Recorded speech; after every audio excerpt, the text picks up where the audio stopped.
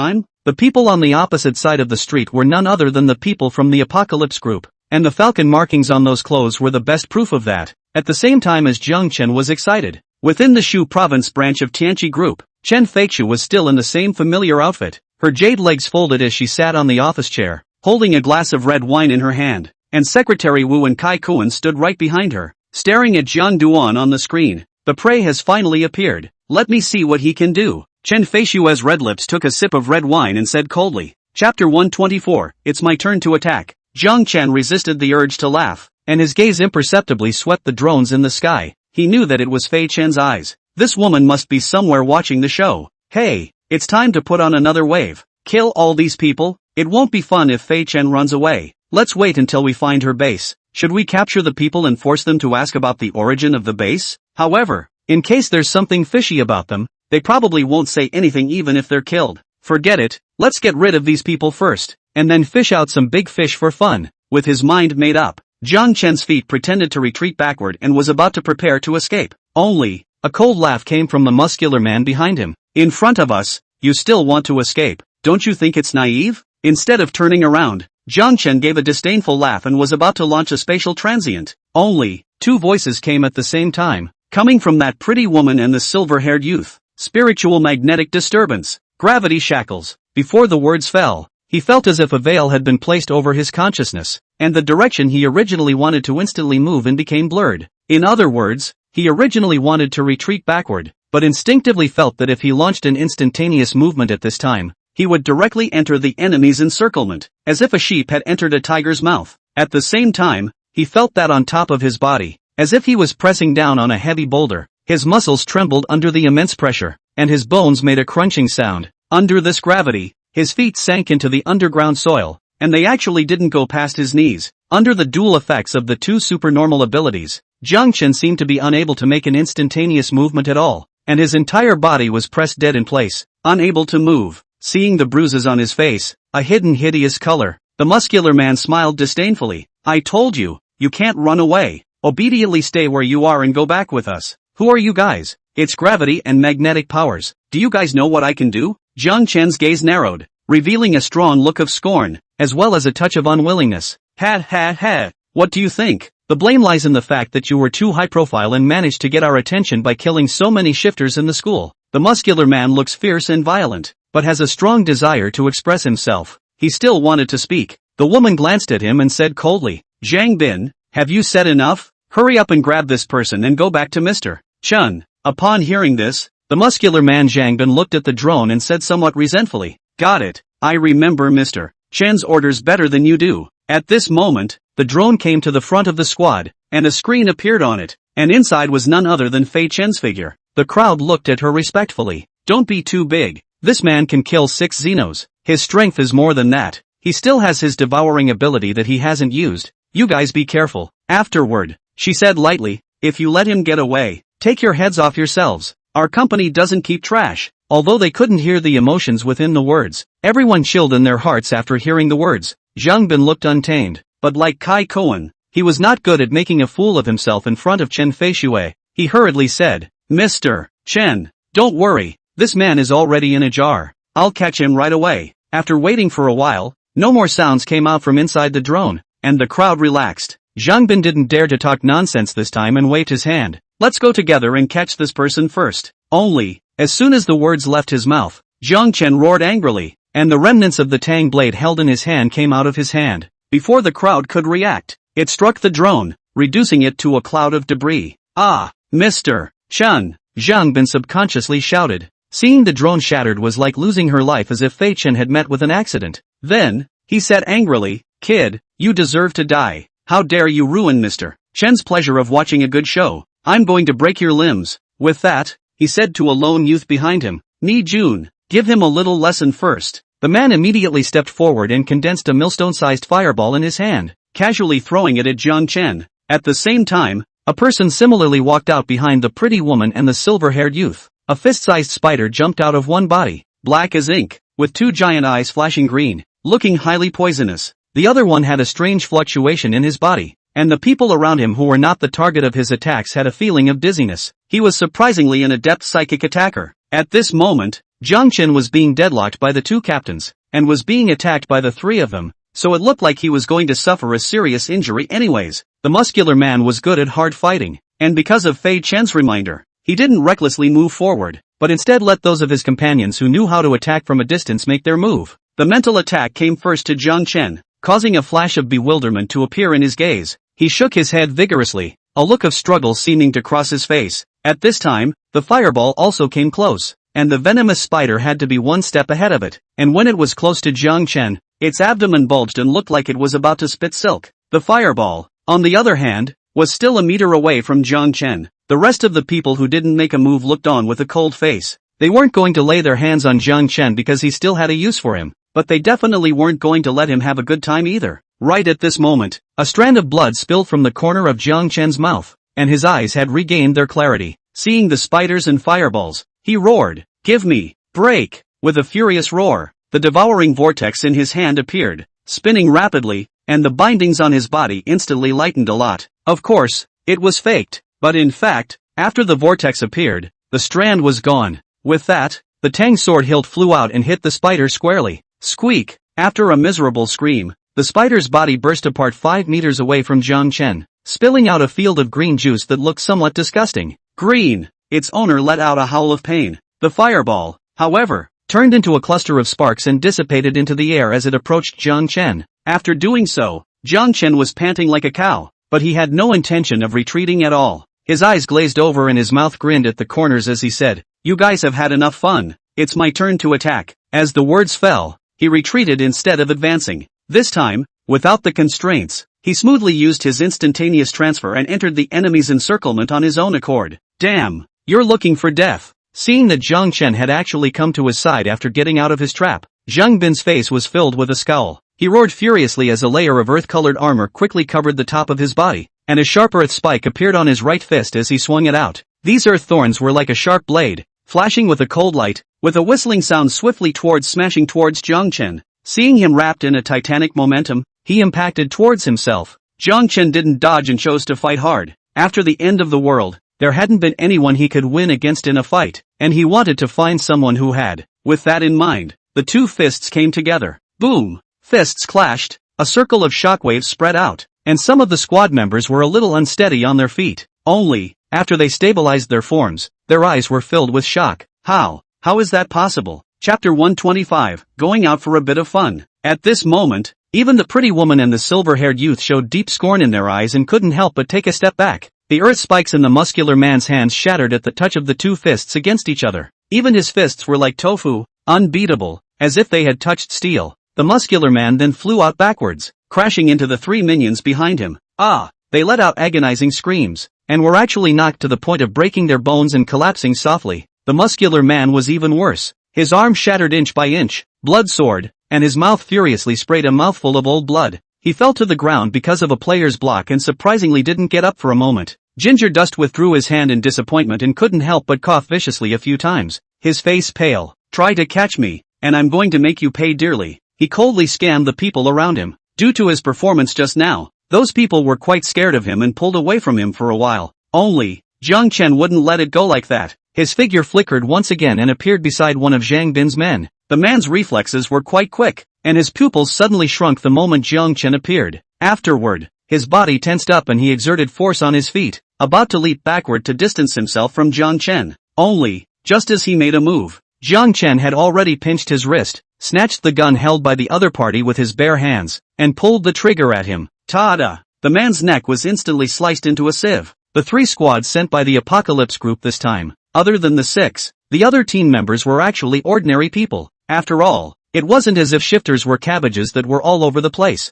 Zhang Duan knew that even the six exalts in front of him were probably not purely natural, but rather the Apocalypse group had, through genetic drugs, transformed them before, having that kind of strength. Of course, this was the conclusion he had reached by combining his intelligence guesses from his last life. We'll have to try it to find out exactly how it works. Those members of the team who didn't have powers were much stronger compared to ordinary people. Take the person who was killed just now. With his performance, both his speed, strength and agility were a whole lot better than an ordinary person. Also, they were wearing bulletproof vests, so Zhang Duan aimed for the neck. With this thought in his heart, Jiang Chen's movements didn't stop and had pounced on the next person. "Come on, shoot him, shoot him." Seeing that her companion had been shot by Jiang Chen and had reappeared next to another person, the pretty-faced woman finally had emotion in her tone and cried out with a hint of fear. At the same time, she and the silver-haired youth unleashed their powers again. Two more skills descended on Zhang Duan. The reason why they didn't make a move when Jiang Chen and Zhang Bin were blasting each other just now was naturally because they had used their full strength to trap Jiang Chen in the beginning,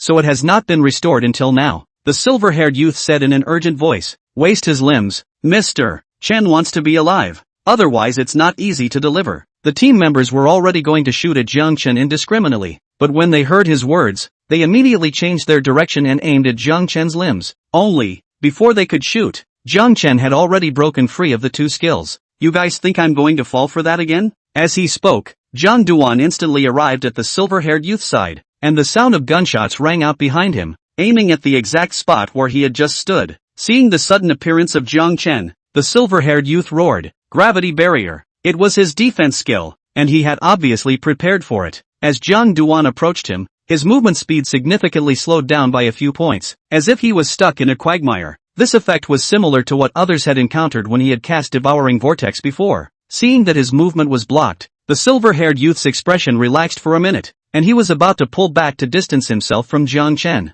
Only, before he could move a step, he saw a cruel smile on Jiang Chen's face, and surprisingly, his foot slammed on the ground, breaking through the gravity barrier and arriving in front of him. Look out! The scene just now happened in the blink of an eye, and the pretty woman saw Jiang Chen break through her companion's gravity barrier in a moment, approaching the youth's side, and the henchman reacted, pulling the trigger on Jiang Chen. In the next moment, the scene that shocked them happened again. Jiang Chen cupped the youth's neck with one hand, shifting his orientation and blocking him in front of himself. Ah! Miserable screams rang out as the youth's body was shot, and blood stained his entire body. He was an alien, but his body was only strengthened, not bulletproof, and at this point, after being shot, he was already dying. As the other group froze, Jiang Chen extended the muzzle of his gun with his other hand and fired another round of sweeping shots. Needless to say, the group was not a rabble, and this time they were prepared and rolled on the ground when they saw the muzzle of the gun sticking out. Ah! There were only 3 screams this time, and one of them,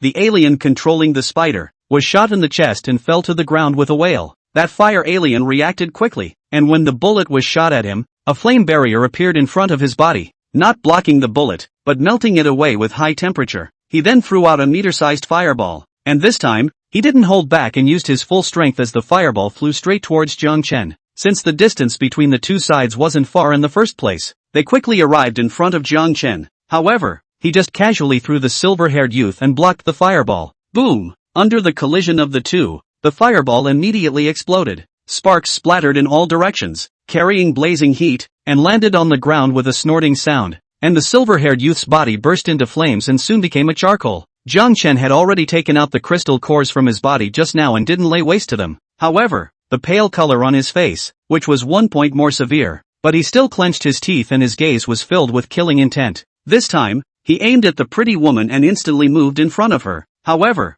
just as she had prepared her defense, Jiang Chen's figure disappeared. In the next moment, the fire alien's neck was broken by him. Dealing with the pretty woman just now was just a false start. The fire alien was his target. Casually taking the other party's crystal core, he also threw it on the ground. Ta-da! The rest of them saw their chance and pulled the trigger on him. Only, Zhang Duan came to Zhang Bin's side, this time making him a shield. Under the crisis of life and death, he roared, and the earth-colored armor on his body surface hardened and blocked the bullets. Only, in the next second, he followed in the silver-haired man's footsteps and had his neck pinched and broken by Jiang Chen. Jiang Chen looked toward the pretty woman and grinned. Next, it's your turn. You definitely won't have a good ending if you offend the Apocalypse group. When the woman saw Jiang Chen's gaze looking at her with a bloodthirsty color in it, her heart chilled and she couldn't help but take a step back. Seeing Jiang Chen's figure disappear once again, her pupils suddenly shrunk, and between the flashes of her eyes, she came to the side of her men. Ah! A few more screams rang out as the rest of the team died horribly from a bullet to the head. The team had come with a total of 18 people,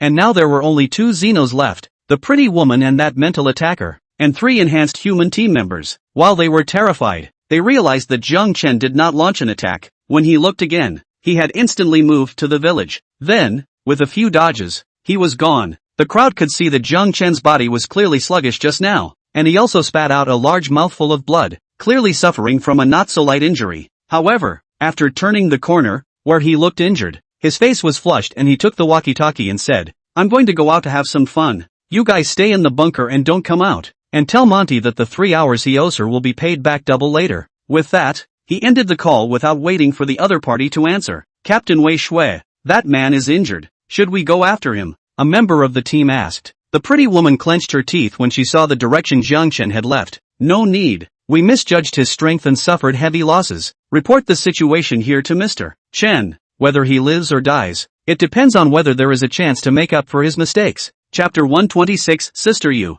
let me go with you. The men sniffed and their faces went pale. The thought of fleeing flashed through someone's mind, then was forcefully extinguished. When they thought of Fei Chen's ruthlessness, they didn't even dare to have that thought. A short time later, Wei Shui and the crowd were kneeling next to the 4 SUVs, and low in the air, another drone hovered. Mr. Chen, the mission failed. That person's strength is more powerful than we imagined. So many of us, now there are only a few left. Even Zhang Bin and Song Qingtao died in his hands. However, that person also suffered a lot of injuries, and finally escaped. Please give us a chance. Next time, we will catch him. Wei Shui was afraid that she wouldn't have a chance to finish, so she spoke quickly. Seeing the cold face of Chen Feishui on the other end of the screen, the crowd's bodies couldn't help but tremble. A long silence followed. It made everyone's heart incredibly uneasy. Only then did Chen Feishui's cold voice ring out. What did I just say? if you mess things up, you guys don't come back. Wei Shui was still going to argue.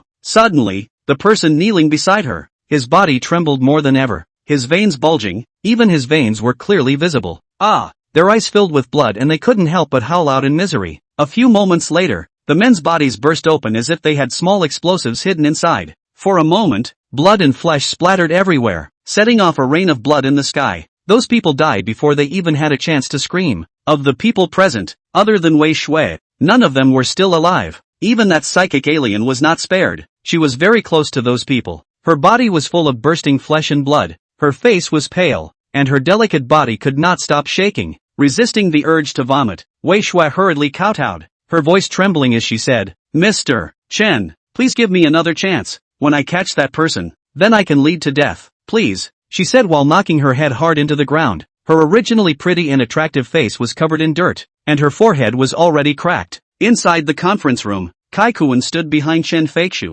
Seeing the woman's delicate body outlined by the black combat uniform in the screen, he couldn't help but say, "Mr. Chen, why don't you give her another chance? I'll apply to go to war and bring that person back, so just let Wei Shui redeem herself for the crime by following me around." When he spoke, he was careful, fearing that he would cause Chen Feixiu's displeasure. This woman was temperamental, and he had no idea what was going on in the other's mind. But Wei Shui is a woman he hasn't gotten yet, and before that he was still stuck in the eyebrow stage, so how can he take it after helping her out this time? Of course, he wasn't stupid. And the fact that Fei Chen didn't let Wei Shui burst open showed that she didn't quite want to kill her yet. What a redundancy. Putting me on would have been over a long time ago, but it's finally my turn to step up. With this thought in his heart, he was already looking forward to his encounter with Jiang Chen. Just let me crush that bug. Wu Yu on the side seemed to know Kai Kuan's virtues very well. Besides wanting to deal with Jiang Chen, he was definitely hitting on Wei Shui. The beautiful eyes gave him a somewhat disgusted look, but did not speak. As expected, upon hearing Kai Kuan's words, Chen Feixiu did not turn around and said indifferently, "This time,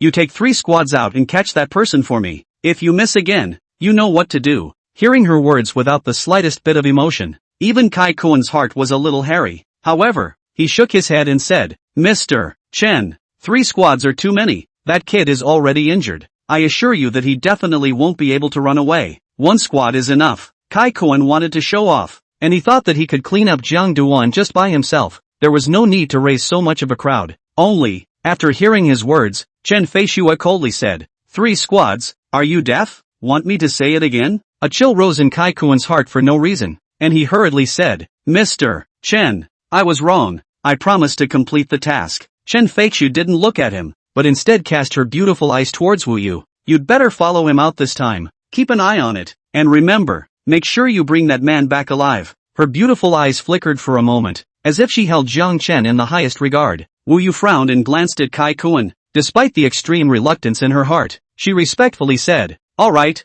Mr. Chen, I'll keep an eye on Kai Kuan and won't let him fool around." He, Secretary Wu, how could I fool around? I'll definitely follow Mr. Chen's words. Chen Feixiu didn't pay any attention to his horse's ass. "You guys go down. We're leaving in half an hour. You have 1 day to bring him back to me." "Yes." The two replied respectfully and exited the conference room in unison. Chen Feixiu looked at Wei Shui, who was still kneeling on the ground, and coldly said, "Just kneel there and wait for Kai Kuan and the others to come over. This is your last chance." "Thank you, Mr. Chen, for sparing me. I swear that I won't let you down again." Wei Shui was as if she had been pardoned and hurriedly kowtowed. Outside the conference room, Kai Kuan quickly followed Wu Yu, who didn't want to cross paths with him, and hemmed and hawed. "Secretary Wu, it seems that Mr. Chen is trying to intentionally set us up. This time when we go out, I'll definitely listen to you." His gaze swept over Wu Yu's plump and concave body, and a blazing heat flickered in his gaze. Wu Yu's pretty face was covered in frost and said, "Don't you think you are a bit whimsical? Do your job properly. If you mess up, just wait for Mr. Chen's punishment. Perhaps the next person whose body explodes will be you." She said this coldly,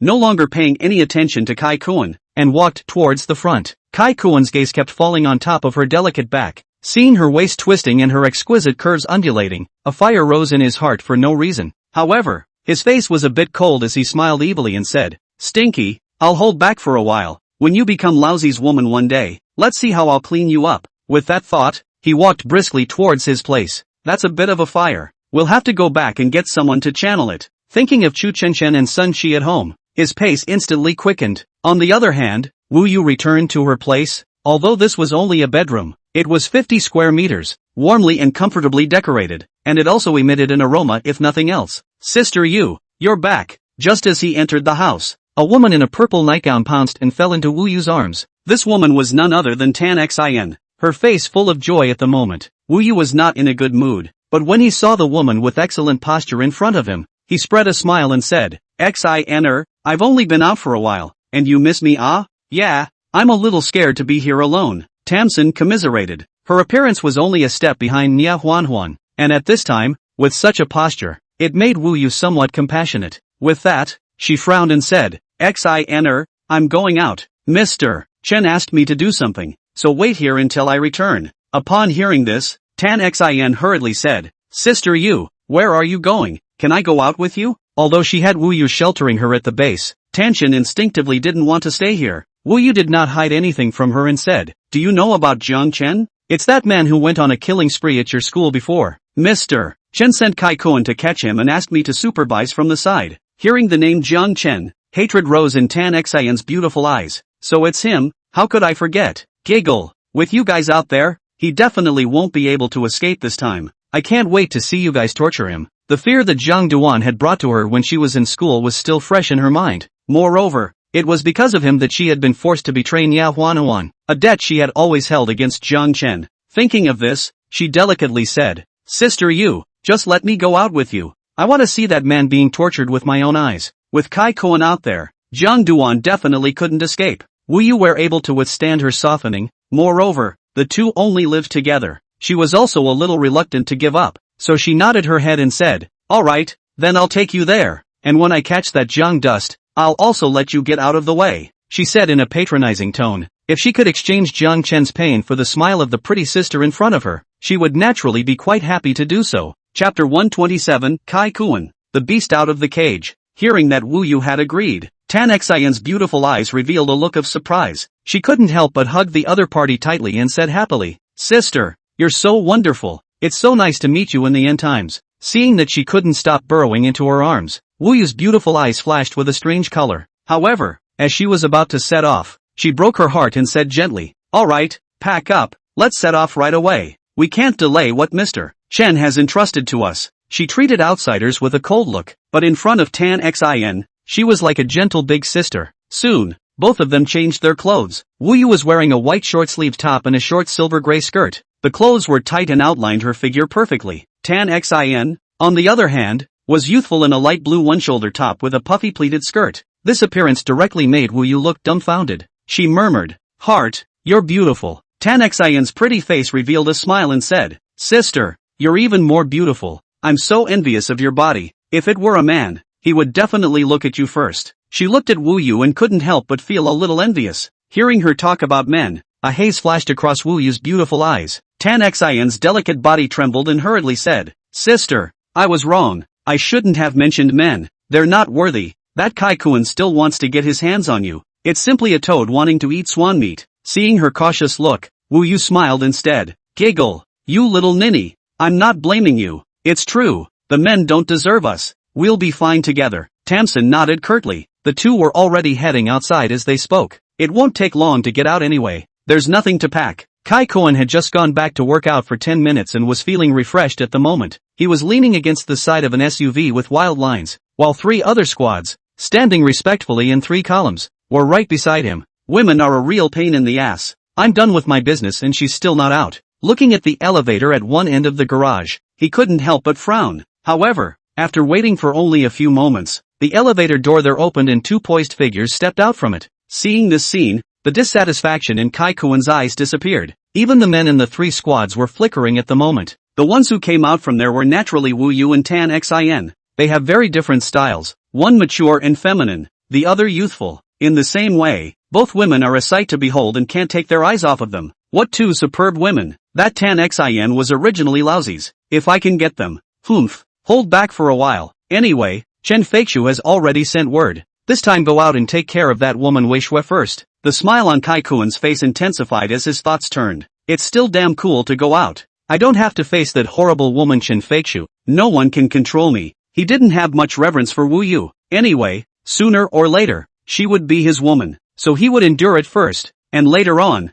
he would get all his dignity back in another battlefield. At this time, Wu Yu and the two of them had arrived at a silver SUV. She looked at Kai Koen and said coldly, "Let's go. Try to catch that person earlier." After saying that, she led Tan Xin to the car. "Let's go, guys, to work." Saikuin waved and got into his own car. Shortly afterward, outside the abandoned factory, 5 SUVs pulled out, whistling in one direction. There was the very village where Jiang Chen had disappeared. Kai Koen held the steering wheel with one hand, and with a cigarette in his mouth, he daintily exhaled a smoke ring. "Mud, this outside is the world for me. Staying in the bunker is suffocating me. One day, there's no rush, we'll have a chance to play outside first." With his mind made up, he blasted the gas pedal and crossed all the cars, well ahead of the others. At this moment, Kai Koen was like a beast out of a cage. As for Jiang Chen, he didn't put it in his eyes at all. It was just a bigger stink bug that he could destroy with his hand. The caravan traveled for an hour, which brought them beyond that village. Wei Shui waited obediently where she was, and never even went up to the car.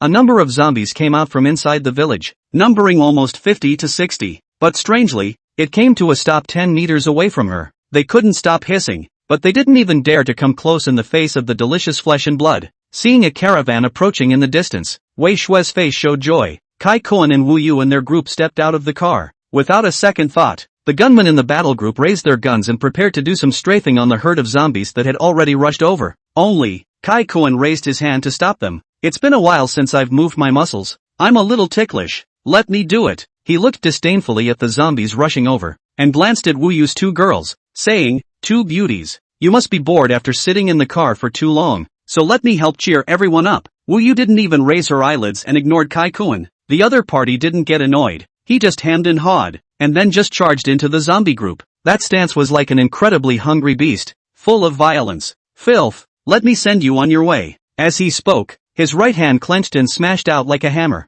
Bang! The first zombie's head was directly blasted to the point where its skull shattered and it fell limply. If it weren't for the fact that the other party was a mutated creature, blood would have absolutely splattered. Kai Koen didn't stop moving. Immediately afterward, he did a side-spinning kick, and the jawbone of the second zombie was kicked to the point that it was directly dented, and the crunching sound at the neck was clearly audible. Only, the zombies were oblivious to Kai Koen's ferocity, still hissing madly as they surged in. Kai Koen was not shocked but pleased. The whole person was like a killing machine. His hands were either clenched into fists or unfolded like steel claws, and the zombies that approached him either had their bones shattered or were torn apart alive. "Ha ha ha ha, that's so damn cool. That's my kind of thing." However, just as he was getting carried away, Wu Yu's voice came out coldly. "Kai Koen, have you had enough of playing? Don't delay the serious business explained by Mr. Chen." She knew that Kai Koen was an unruly person, so when the other party wanted to vent, she didn't immediately stop him. Only, seeing that he was getting a little carried away, he couldn't help but speak up to remind him. Moreover, she saw that Tan Xian's pretty face beside her was a bit white. She must have been a bit uncomfortable after seeing the image in front of her, and she was instantly a bit dissatisfied with Kai Koen.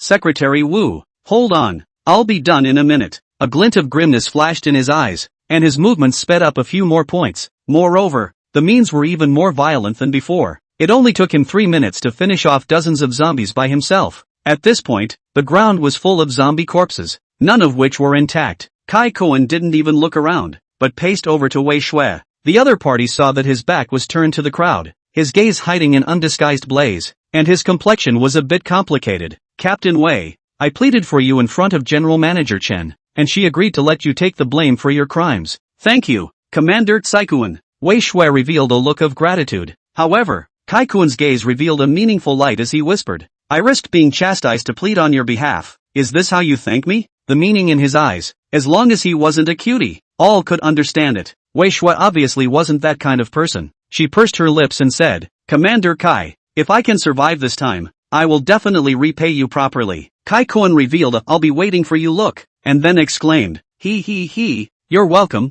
you can't afford to miss this time, or I won't be able to protect you." "Well, let's go find that guy first. He's shown up and it's ridiculous to think he can escape." Kai Koen sneered and looked in one direction. Meanwhile, inside a private house 10 kilometers away from here, Jiang Chen opened his eyes. Only, at that moment, the blazing color rose again in his gaze. Chapter 128, Make Your Sister Happy. He muttered, "I didn't expect that the energies in these strengthened aliens carried a few berserk moments. If it wasn't for the evolution of the devouring alien ability to absorb all those crystals in one go, it would have been a bit hard to carry." If it was just a matter of absorbing a few second-order crystal cores, with Jiang Chen's fourth-order strength nowadays, it wouldn't be a problem at all. It's just that the Apocalypse group pounded out these aliens, which weren't too authentic, and most of them were catalyzed through genetic drugs. Moreover, those medicines had great side effects, and even though Jiang Chen's devouring ability was able to purify the energy, there were still impurities in the absorbed portion that had some effect on him. That's why his body appeared to feel like it had been missing for a long time.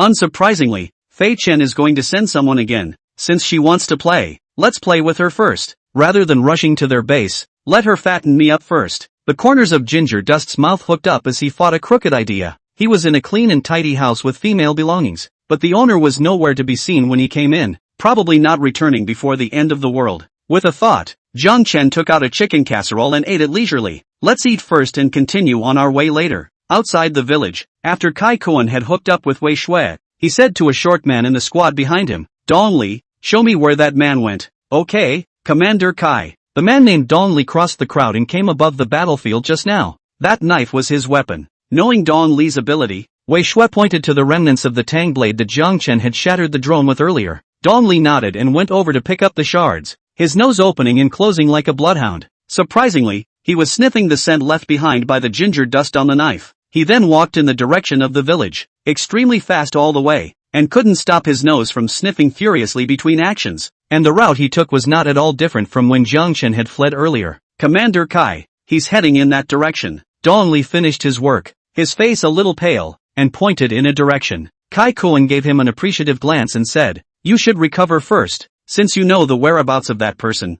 there's no need to rush. The other nodded and took out a bottle of medicine, tilting his head and drinking it. An hour later, seeing that Dong Li was in better spirits, Kai Kuan said, get in the car and take us to bring that man out. A few moments later, Dong Li sat in Kai Kuan's car and guided him forward. The car traveled all the way. However, although Dong Li's psychic ability could track, it consumed a lot, and from time to time, he needed to stop the car to recover. There was a lot of delay along the way. However, Kai Kuan was in no hurry at all and grabbed a lot of things along the way. At this moment, somewhere in a village, the screams inside a building came to an abrupt end, and Kai Kuan straightened his clothes and came out from inside. And men from other war parties came from other places to join them. Have fun, let's get back on the road. Dong Li, I'll let you play again when we get back, Kai Kuan said to Dong Li, who was sitting in the car recovering. All of this was seen by Wu Yu, who only flashed a color of disgust and didn't say anything. The caravan traveled in this way for almost half a day, and by now it was the next morning when they came to a small town above. The town was small, just 3 intersecting streets, with no more than 2,000 people living there. Dong Li looked focused, and the movements of his nose didn't stop. As the SUV drove past a parked sedan, he said, that car was driven by the guy we were looking for, and he abandoned the car in the back and fled. Kai Kuan sneered and said, humph, where can he run to? In front of your tracking technique, even if he's a loach, he'll be pulled out. Come on, let's go inside. At this point, the convoy was still 200 meters away from the edge of the town, and there were already zombies rushing towards this side on the scent. The number was well over 200, and in other directions, the same scattered zombies hissed and came this way. What obnoxious contraptions. I'm busy right now or I'd finish you off myself. Kai Kuan cursed and opened the locker on the side of the driver's seat, which contained 5 bottles of silver gray with nozzles. On the bottle, printed in a line of red letters, repellent corpse spray. He opened the window of the SUV and raised his hand to spray the spray. For a moment, a gas scented with lilies filled the air. The convoy behind them followed suit, and within moments, the entire squad of vehicles gave off an odor like this. It's just that the smell, which is nice for people, stops the walkers in their tracks. A dozen meters away, those zombies that were originally approaching stopped. They hissed and surprisingly slowly retreated back. This stuff really works. It's a pity that the amount given to us is too small. Otherwise we could wander inside the city. There should still be quite a lot of supplies hidden there, and there must be quite a lot of pretty women as well, Kai Kuan said with some regret, and Dong Li beside him hemmed and hawed. Commander Kai, when we get this mission done, we'll ask General Chen for permission to get more of this spray, go around the city, and be afraid of not having any women. Oh, Dong Li, it's still you kid who understands me. Don't worry, I won't treat you poorly when the time comes. Let's play to our heart's content. As he spoke, he had stepped on the gas, and the convoy quickly drove into the town. Almost half a month had passed since the end of the world, and at this time, the town looked dead except for the zombies. The air was filled with a putrid odor, and many of the doors and windows of the stores lining the streets were damaged, and from time to time you would see corpses that had begun to decompose. However, as the caravan continued to move forward, Kai Kuan was able to see silhouettes faintly appearing from the houses on either side. After traveling for some distance, dozens of figures suddenly and slowly stepped out from hidden corners. The men, ragged and yellow, saw the caravan and showed glimmers of hope. The leader, a man in his 30s, with cheeks so thin they were a little out of shape, looked at the convoy and said, "Wait, can you help us?" A light of hope shone in his eyes and he said in a trembling voice, "As long as you can take us in, you can be an ox or a horse." At that moment, more survivors poked their heads out from both sides of the street, numbering almost in the hundreds. Only, compared to the number of people in the town before the end of the world, the number of people who show their heads now is less than 0, which shows the tragedy of the end of the world. Saikuan poked his head out from inside the car, the corners of his mouth grinning. "TSK, I can't imagine that there are still so many people alive inside this rat's nest." Dong Li looked at him and said, "Commander Kai, should we take these people back? There's still a shortage of manpower on the base side." However, Kai Kuan sneered and said, "We're not here for charity this time." He picked up the sprayer that was sitting on the edge of the seat and stuck it out the window with a cruel smile. "You've lived too hard a life, let me relieve you of it." As the words fell, he had pulled the trigger. The people on the opposite side could not have imagined that Kai Kuan would shoot at the drop of a hat, and caught off guard, the man was the first to fall to the ground. Immediately afterward, miserable screams rang out in succession. It wasn't just Kai Kuan. Dong Li and the rest of the squad similarly extended their sprays and went on a killing spree. Their faces were filled with excitement, as if they were playing a game. And that's not what the people across the street think.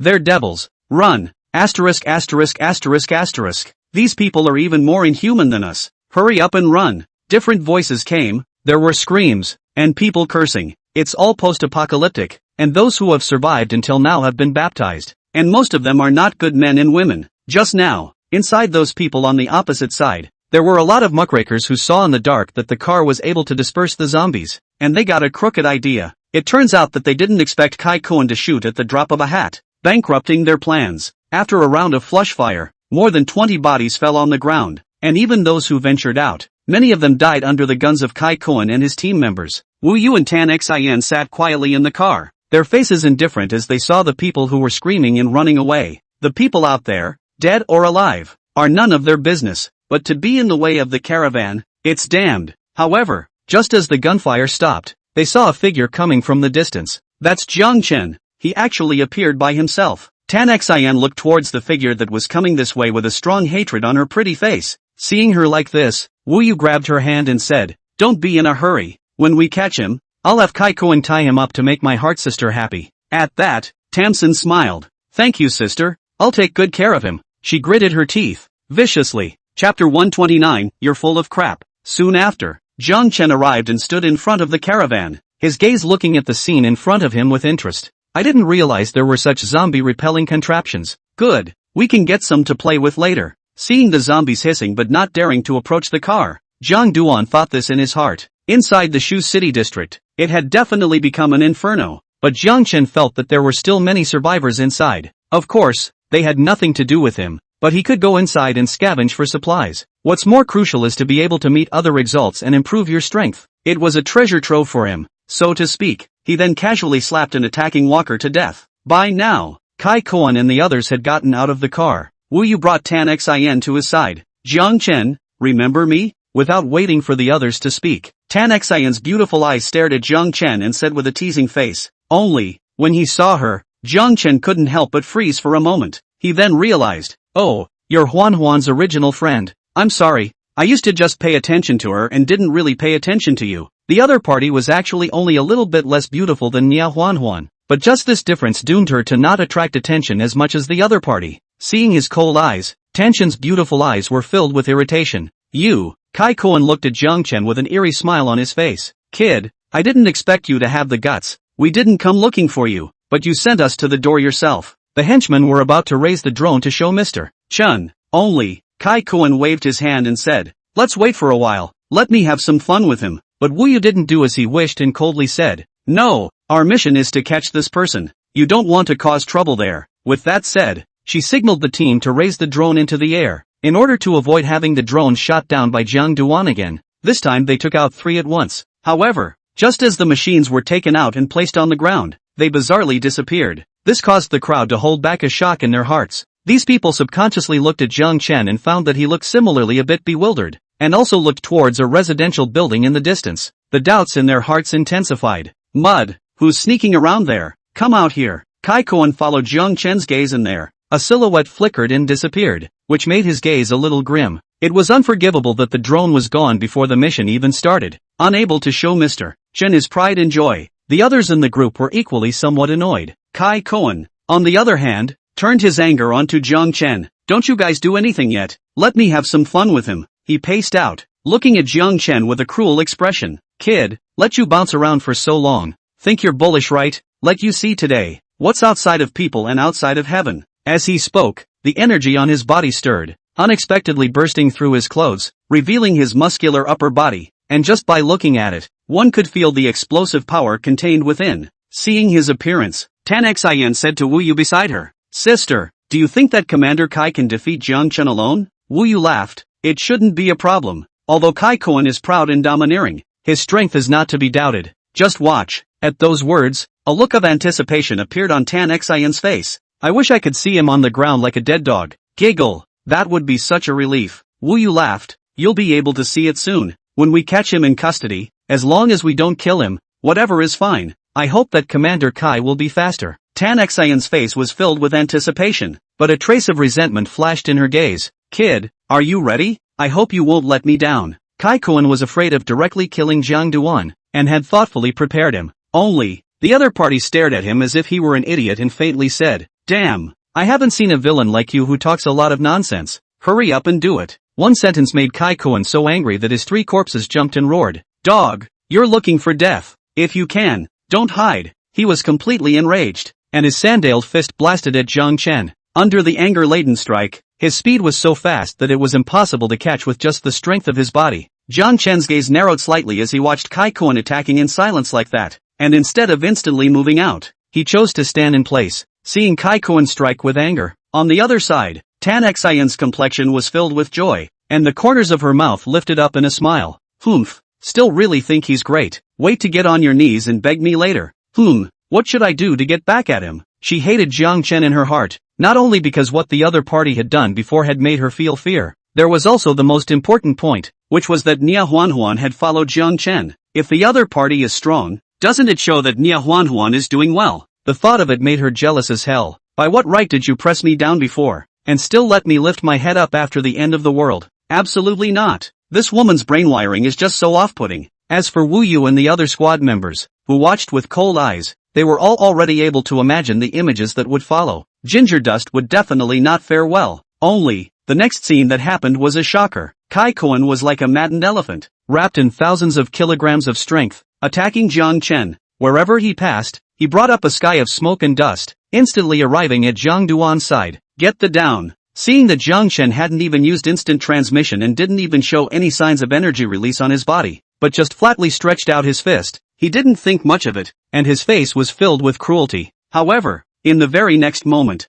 when the fists met, his complexion suddenly changed drastically. How is that possible? He only felt that his fist had touched an unshakable wall. The cruel smile on his face had been replaced by horror. Immediately afterward, he felt an unprecedented huge force coming from Jiang Chen's fist, surging and breaking him apart, accompanied by a crunching sound. Kai Koen's fist was instantly twisted and deformed. Immediately afterward, his body flew backwards as if he had been struck by lightning. In the air, blood spurted wildly from his mouth and he happened to land beside Wu Yu and the others. As for Jiang Chen, he stood in place, unmoving, and as he slowly withdrew his fist, his face unexpectedly carried a little regret. Marred, strong, even looking for someone to spar with no opponent. The master is lonely. He was now a 4th-ranked alien, and since he was a dual alien, the speed of his strength increase had dropped. However, every point of elevation meant that his battle power would increase by 2 points. It was obvious that Kai Koen was a 3rd-order alien, but there was a considerable gap between him and him. Not only was there a level gap,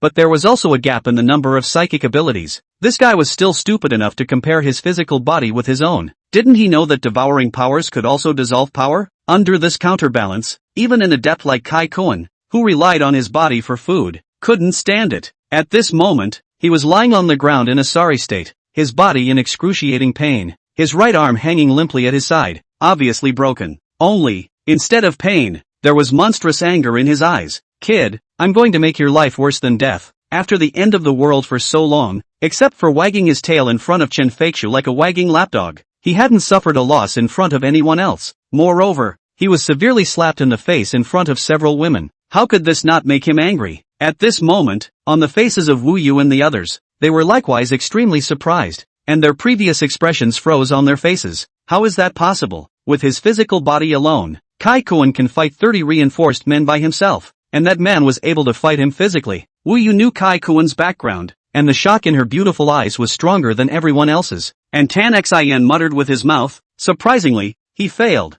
No, he relied on just his physical body. With so many people, he will definitely catch him. Seeing that she was a bit lost, Wu Yu's face turned cold and said to Kai Kuan, don't play around, get real so as not to cause trouble. Although Kai Kuan had failed to spell her physical body, she wasn't worried because her opponent was just testing the waters just now. Upon hearing this, Kai Kuan let out a paw and spat out the blood in his mouth. Looking at Jiang Chen, a fierce smile appeared on his face. Kid, you've successfully provoked me. Next, I'm going to let you know what it means to be worse than death. Chapter 130, Come Together. Seeing Kai Kuan who was about to open a big move, Jiang Chen said in a still light tone, you're full of crap. Angry, Kai Kuan was completely angry again. Having just originally calmed down a bit, he was angered again by Jiang Chen's glib remark. You're totally pissing me off. Seeing that Jiang Chen was about to speak again, he chose to shut up. So, taking out a potion from his body, he tilted his head and drank it. Then, his somewhat deformed arm, something seemed to be wriggling under the skin,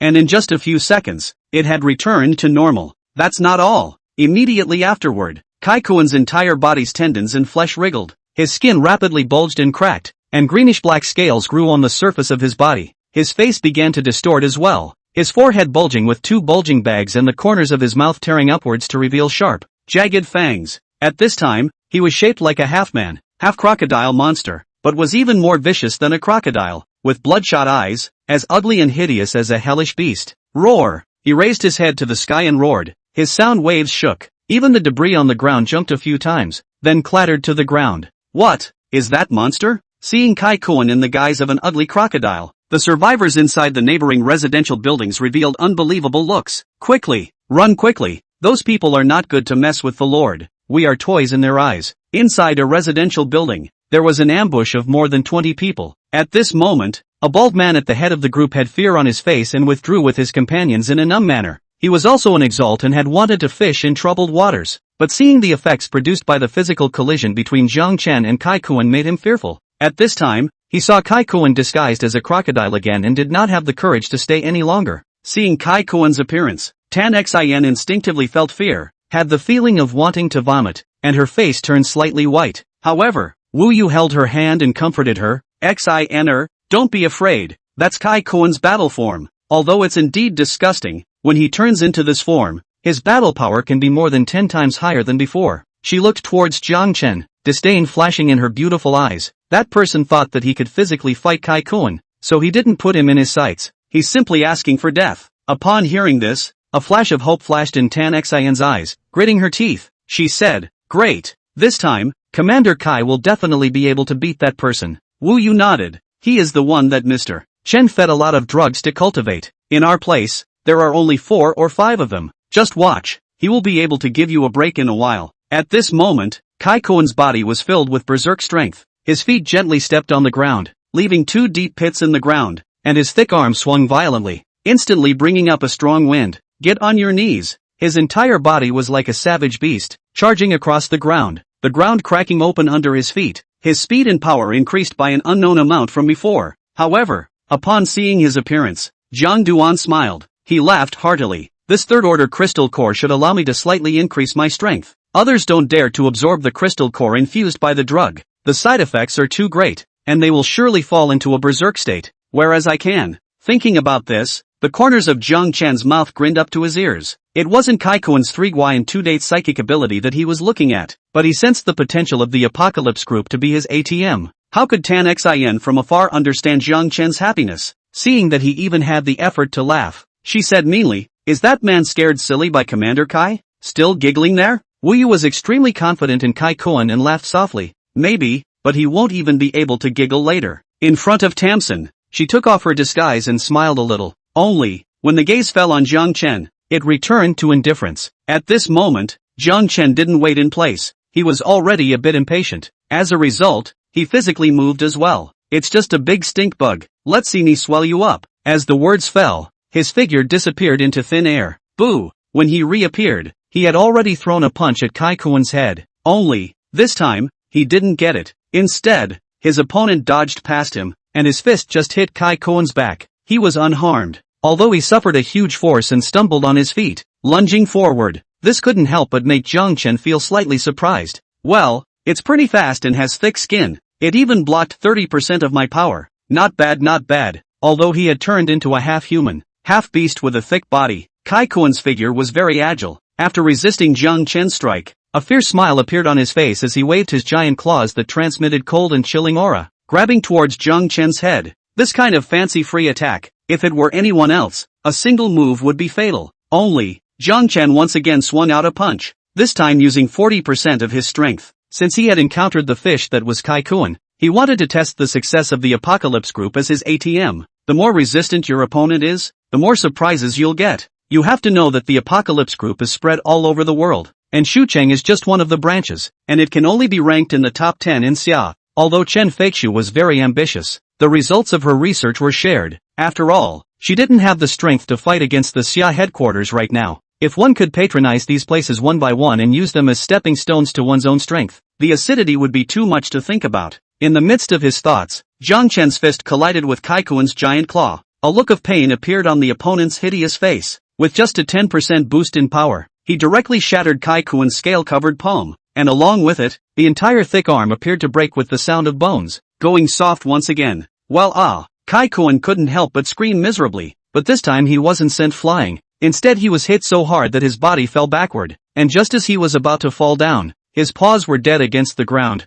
avoiding the embarrassing situation of falling to the ground again, and the severe injury to his arm inspired his ferocity to charge at Jiang Chen regardless. Has this Kai commander lost his mind? Tan Xin, who was in the distance, saw that Kai Kuen had gone berserk, and seemed to be a bit of a misnomer, so she couldn't help but feel a bit worried. Wu Yu's beautiful eyes flashed with a strange color as she said, "See, Kai Kuen doesn't just rely on a body of brute strength, he is still very sinister at times." As the two spoke, Jiang Chen faced the onslaught of Kai Kuen, and with a flash of his figure, he appeared in front of him, blasting out a fierce fist. Only, at this time, Kai Kuen, the exposure on his face disappeared, instead revealing a conspiratorial smile that was particularly horrifying. He didn't blast against Jiang Chen this time, but instead, his two claws snapped together like iron pincers, binding Jiang Chen's arms. While he was somewhat surprised, Kai Kuen's entire body turned out to be like a high-speed spinning gyroscope, spinning around, with a huge force coming from his arm, about to flip Jiang Chen to the ground. Death tumble. An icy voice rang out from Kai Kuen's mouth. This was the crocodile's killing move, specifically used against prey, and he had turned it into his own skill. Even Jiang Chen felt that this power was a bit fierce, but there is something not enough. He bellowed and slammed 1 foot deep into the ground. Then he backhanded Kai Kuen's claws, and with a fierce force, he swung Kai Kuen's body, turned a corner, and slammed it hard on the ground like a whip. In doing so, the opponent's death roll failed to roll, and he himself was smashed into a dizziness. Jiang Dust kept moving, grabbing Kai Kuen like that and smashing him left and right 7 or 8 times, cursing as he did so. "I told you to roll over. Try rolling over one more time." Kai Kuen lost the initiative, and with his brain buzzing from being smashed, it took him a while to react. Then, his gaze turned crimson as a tail covered in scale armor violently popped out from behind him, sweeping towards Jiang Chen with a harsh wind sound. Only, before Kai Kuen could be complacent, Jiang Chen's next action made him furious with rage. The moment he saw the tail, Jiang Chen's hand snapped loose, and Kai Kuen had just clawed him loose a long time ago, not even thinking it would be this move. Borrowing the force from smashing Jiang Kuen when he grabbed him just now, the opponent flew out after Jiang Duan disengaged his hand. Obviously, the tail sweep fell straight through. Bang! Kai Kuen once again fell hard to the ground, and as he climbed up, he only felt endless humiliation and anger filling his entire chest. What he originally thought was a stinker has gotten him repeatedly. He hissed, "Give me together. Catch him. I will make him worse than death." Chapter 131, This Fire Can't Be Suppressed. Kai Kuen was saddened to discover that even with his body animalized and his strength and speed enhanced by an unknown number of times, he was still no match for Jiang Chen, originally treating him as a toy. The truth is, he became the other guy's toy. This caused him to have endless anger in his heart. "Do it together." as long as we can keep his breath. It doesn't matter if we maim him. His gaze was filled with ferocity, but a trace of scorn flashed under his eyes, originally filled with anticipation. Tan Xin in the distance's beautiful eyes flashed with disappointment, and then, hysterically, she said, "No, he definitely did his best just now, and this time there will be no more surprises." Wu Yu was also a little shocked at Zhang Chen's strength in her heart. As much as she hated to admit it, she did look away herself. However, when she saw Tan Xin's expression, she hurriedly consoled, "Xin, it's fine. It's just an accident." Kai Koen forced out quite a lot of things from him just now, and thanks to Mr. Chen's wisdom, he sent out 3 squads, which just happened to be able to restrain that person. Hearing her words, Tamsin was slightly relieved. She just wanted to torture her opponent to vent her hatred, but she didn't expect it to be so hard. "Nya Huan, I don't believe that your man has 3 heads and 6 arms and can win by fluke again and again." With that in mind, she looked back out onto the field. Humph, self-inflicted. Wei Shui looked at Kai Koen with some disdain. If he had listened to himself just now, he wouldn't have ended up in the current situation. However, she was even more fearful of Zhang Chen's strength. That person's strength is terrifying. He must not have used his full strength just now. Everyone make sure to use their strongest means this time. Mr. Chen is still waiting for us. This time was her only chance, and raising Fei Chen was a way to make those people stop belittling Zhang Chen. As expected, upon hearing his words, although Kai Koen was extremely dissatisfied in his heart, he did not say anything. Instead, he said angrily, "Listen to Wei Shui, don't keep your hands." After the words fell, the men's powers had descended on Zhang Chen's body. This time, the 3 squads, but also then Wei Shui before the 3 teams to be a little stronger, plus go a total of 8 alien. Of course, some of these were man-made, and some were the result of taking the source fruits that grew behind them, which awakened their powers. These aliens were similarly strengthened, or else with Zhang Chen's strength today, it would not be an exaggeration to say that he was punching a small child. Frost prison cage, thorn twine, spiritual magnetic disturbance, mind nightmare chains, rotting poison infestation. For a moment, 5 exalts used different skills. Moreover, they were all abilities that could bind or interfere, and this was due to the targeted preparations they had made because Zhang Chen's instantaneous movement was a real headache. Wei Shui's strength had been restored to its peak, using all of her abilities, and there was also a captain-level alien who had fluctuations emanating from his body that made the alien feel a sense of stagnation when running his energy. Obviously,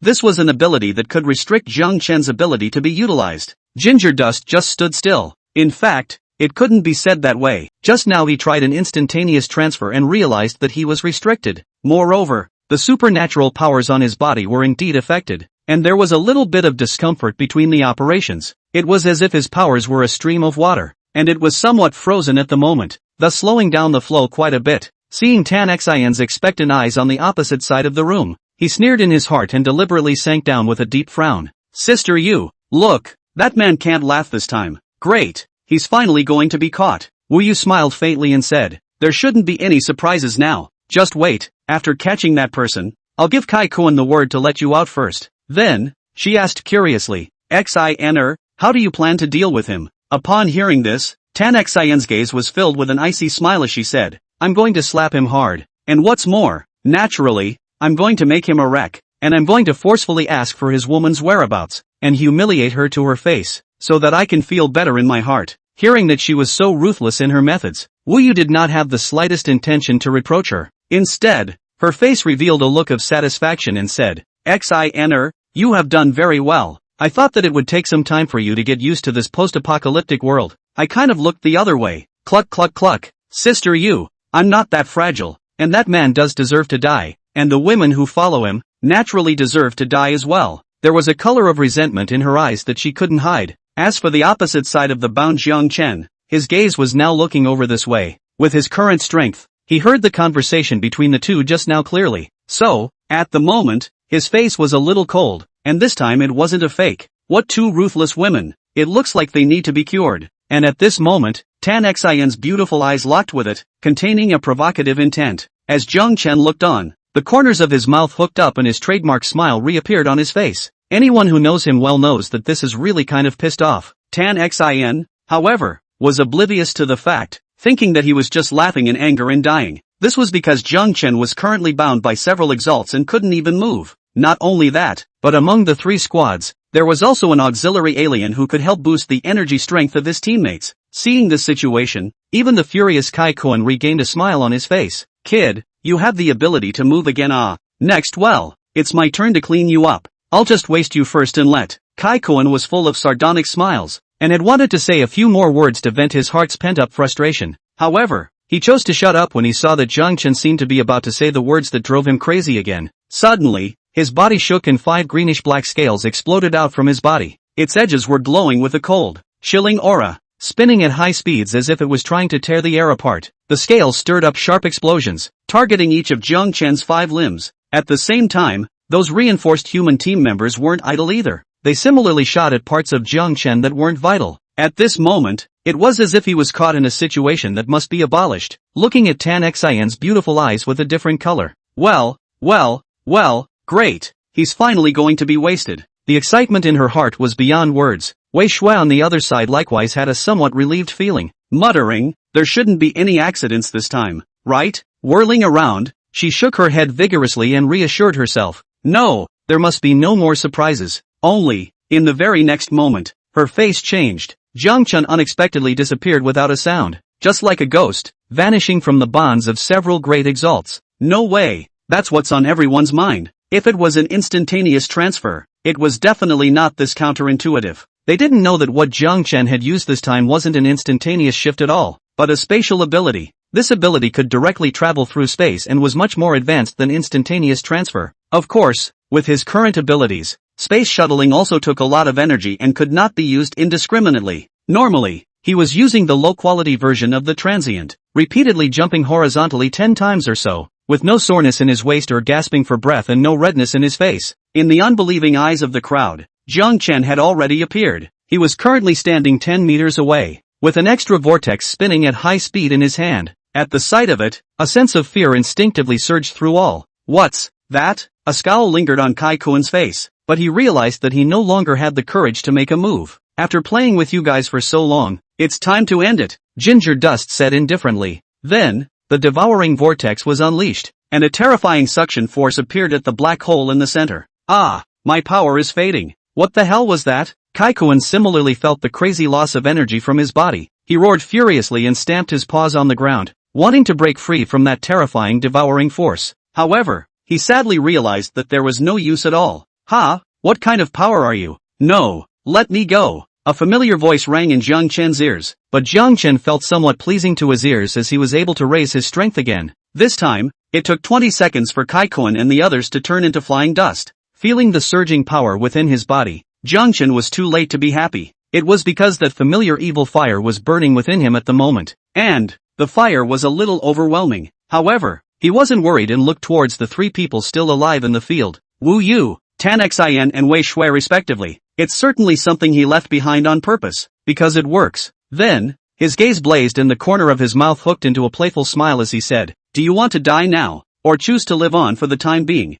Chapter 132, did I ask you? How is that possible? Why isn't he dead? Tamsin was lost in thought and couldn't stop mumbling. As for Wu Yu, at this time, she had long since lost her previous calmness and composure, and her pretty face carried a strong sense of fear. That, so many people, they all died. Even Kai-kun died so dryly, and died in such a horrible way. All of her self-confidence came from the company's psychics, and none of the Apocalypse group had encountered any strong foes yet after the end of the world. Some of the recently formed alien powers in Shu City had to bow down to the Apocalypse group in exchange for the corpse repellent spray. However, the team sent out this time was more than enough to exterminate any good number of the more powerful alien forces. As a result, Jiang Duan was just one person, easily exterminating so many people. Wei Shui had already seen how powerful Jiang Chen was, but his performance just now was still beyond his expectations. As such, her face was filled with horror and her pretty face was white. You are simply awful, and I want to live. Seeing the look in Jiang Chen's eyes, all 3 women understood what that meant, and Wei Shui decisively chose to obey in order to stay alive. Anyway, he had promised Kai-kun before, so what did it matter if he died and obeyed Jiang Chen? It's all about living, not shabby. Jiang Chen paced over to the trio and looked at Wu Yu and Tan Xian. His eyes were crimson, even more terrifying than the eyes of Kai-kun Crocodile before. What about you? Want to die or want to live? At this moment, Jiang Chen, looking at Wu Yu's concave and convex figure, as well as Tan Xian's youthful dress, his sanity had been slowly taken over by that side effect in his body. Anyone who is a human being will be able to see what he is trying to do. Wu Yu looked at Jiang Chen, and disgust instinctively flashed under her eyes. Only, in such a moment of hesitation, she had already been single-handedly picked up by Jiang Chen. Don't want to live? Then I'll send you on your way. Ah, I do. Let go of me. Wu Yu felt a strong sense of suffocation. If she didn't agree, she would die in the next moment. A strong look of humiliation welled up on his face, but he could only agree, and the beautiful eyes of Tan Xin on the ground were filled with hatred. With a sneer at the corner of her mouth, she said, I won't promise you even if I die. Only, some of the irrational ginger dust, like a demon god from hell. Jie laughed, ******, did I ask you? So what if you don't agree? As he spoke, an RV appeared out of thin air in front of him. He looked at Wei Shui and said, go inside and be good and wait for me. The other was horrified beyond words to see him reveal this tactic again, so he behaved himself and entered the RV. As for Wu Yu and Tan Xin, he carried one in each hand and quickly entered on top of the caravan. Let me go, you devil! Tan Xin struggled, but facing Jiang Chen, it was like an ant trying to shake a tree, unable to escape from his hands at all, and he jerks a strange smile. I'll let you go, but not now, because you still have a use for it. Soon he entered the RV and the door closed that way. Faintly, Zhang Duan's loud laughter could still be heard, and all of this fell into the eyes of those who were hiding in the shadows and had witnessed the entire battle. What kind of world is this? Not only are there zombies, but there are also those flying humans. What that person used just now, could it be the legendary star-sucking technique? It's simply terrifying, but there were others whose eyes flashed with raging jealousy. Marred, the heavens have no eyes. That person not only has the star-sucking magic, but also can change things out of thin air. I have one have to wake up with a smile. He has all of them. What is the point of me living? The man couldn't help but wail a few times. However, Jiang Chen didn't care what they thought. So what if he knew he had spatial ability? Today he has a bit of a high profile. Those people talked for a while, then stopped squeaking and continued to lie around the house. 4 hours later, a scream broke the silence. The person who made the noise was the same person who had just said that he didn't want to live anymore. It turned out that just a moment ago, an orange cat with hair like steel needles and eyes filled with a violent aura came into his house. The other guy didn't mean to say hello. After coming in, his figure leapt into the air as fast as lightning, and his sharp claws cut out a lightning bolt, piercing deeply into his throat. The man screamed miserably and died of gas, begging for the hammer, so to speak. Shortly afterward, miserable screams kept coming from within the dwellings in all directions. The orange cat reappeared, covered in blood and with what appeared to be broken flesh at the corners of its mouth. Its scarlet eyes looked towards the caravan, but it revealed a thick flash of scorn. Meow! Unwillingness flashed in its eyes as it called out, made a few leaps, and disappeared into the area. However, just the next moment, meow! A mournful scream rang out, and upon closer inspection, it turned out to be the orange cats. Immediately afterward, 2 silhouettes appeared. It was a man and a woman both. The man was long and straight, about 27 or 28 years old, with sharp eyebrows and eyes like a knife carving. Every now and then a lazy and playful smile appeared at the corners of his mouth, and on his side was a slender figure that could definitely make many women sweat just by looking at the figure alone. However, her appearance was extremely ordinary, with only a pair of eyes that were a strange silver-gray color. The gaze was deep, as if one would have to fall into a dream world just by looking at it. They were followed by a number of zombies. The other hissed, not daring to go forward, but refusing to let go of the delicious flesh and blood, and followed the 2 men step by step. And in the air, another drone hovered. At the moment, the man was carrying an orange cat in his hand, which was motionless and apparently broken. Casually removing the crystals from its head, he threw the orange cat away, and as his gaze flickered, it slowly swept over the woman's shapely body, revealing a look of regret. If you keep looking at me like that, just sleep here for a day and a night. At this moment, the woman's faint voice rang out, but it revealed an undisguised killing intent. The man smiled sarcastically and said, "You woman, be more cheerful. What are you learning from Mr. Chen? Don't be so grumpy." He said so, but he didn't dare look at it again. The 2 arrived at the place where Jiang Chen had fought earlier, and their attention instantly fell on the caravan. Then, his gaze swept around again and he couldn't help but frown. Where did that punk Kai Cohen go? From the message we got just now, they're right here. Whatever. There's something weird about that caravan. Lin Mian, are you coming or should I? The woman didn't look at him as the drone had come down and was hovering just above the 2 men's heads. This time, instead of a screen appearing above, a beam of light was shot out, and a projection of Fei Chen appeared on the ground. Even now that it was daytime, it was clearly visible, as if a real person had descended. Chen Feixia's delicate figure appeared in the middle of the field. Upon seeing her, both of them revealed a look of respect, their gazes lowered, not daring to look directly at each other. Mr. Chen, we came to the place where Kai Koan and the others were before, but we only saw a caravan, no one else, and we're about to take a look inside the car. Chen Feixiu looked indifferent and said, Kai Koan and the others are already in a bad way. You guys try that caravan. If there's no one inside, you can grab some survivors and ask them. Feng Lin nodded his head and condensed a thunderball in his hand, about to fling it out. Just then, however, the door to the RV opened. Zhang Duan walked out from inside, and couldn't help but stretch, but there was clearly some displeasure on his face, because he had just spent 3 hours clearing his evil fire, and after he sobered up, he hadn't yet had all the fun, only to have the two people on the opposite side of the room come in, and behind him, followed by the three Wei Shui girls. At this time, their faces were different, either calm, ashamed, or disgusted. However, when they saw Fei Chen on the opposite side, their faces instantly turned white. Chapter 133 Fei Chen's Backhandedness. Wu Yu said sharply, Feng Lin, Lin Mian, you guys run, this person killed Kai Koan and the others. Very scary. She then looked at Fei Chen. Mr. Chen, I'm sorry, except for the three of us, almost all of the people who came out this time were wiped out. On the side, Wei Shui knelt down, shivering all over. I tried my best. Mr. Chen, this man is really terrible. Even Kai Koan was easily killed by him without much resistance. On the side, only Tan Xian looked wooden and did not speak. Jiang Chen watched the two women's complaints with interest. Then his gaze landed on Chen Feishue's projection. What a charming woman. No wonder that guy Xia Wuji likes it so much. He couldn't help but marvel in his heart. At this moment, Chen Feishue's beautiful eyes also looked over. Between their gazes,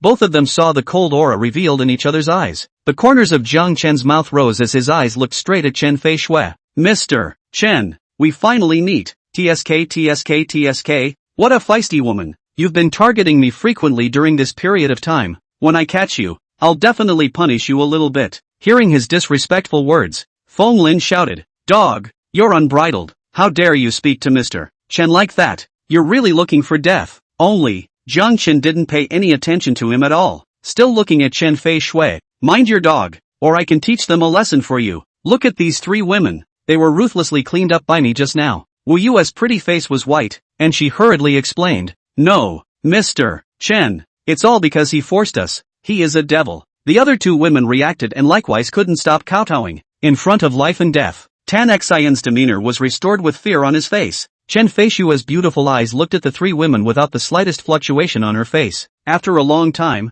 her beautiful eyes fell on Jiang Chen and she suddenly smiled. Only, the smile looked extraordinarily cold. The red lips said lightly, Since these people are yours, there's no longer any use in keeping them. As the words fell, Wu Yu and Wei Shui seemed to realize something. Their pupils suddenly shrunk, their bodies trembled, and they were about to beg for mercy. No, Chen, Tamsin, on the other hand, was a bit bewildered. However, the next moment, before either of them could let out a scream, a familiar change appeared on their bodies. Bang! In just a few moments, their bodies burst apart. Jiang Chen reacted quickly and had already come 10 meters away. Otherwise, blood would have been splattered on his body. He didn't feel much when he saw the misery on the ground. After all, just now, he really did not kill the other party, which was a model of promise-keeping, and all the responsibility was on Chen Feixiu. Therefore, he looked at Chen Feixiu and said teasingly, What a ruthless woman, destroying my kitty, then pay me back for you. Bold thing, how dare you talk to Mr. Chen like that?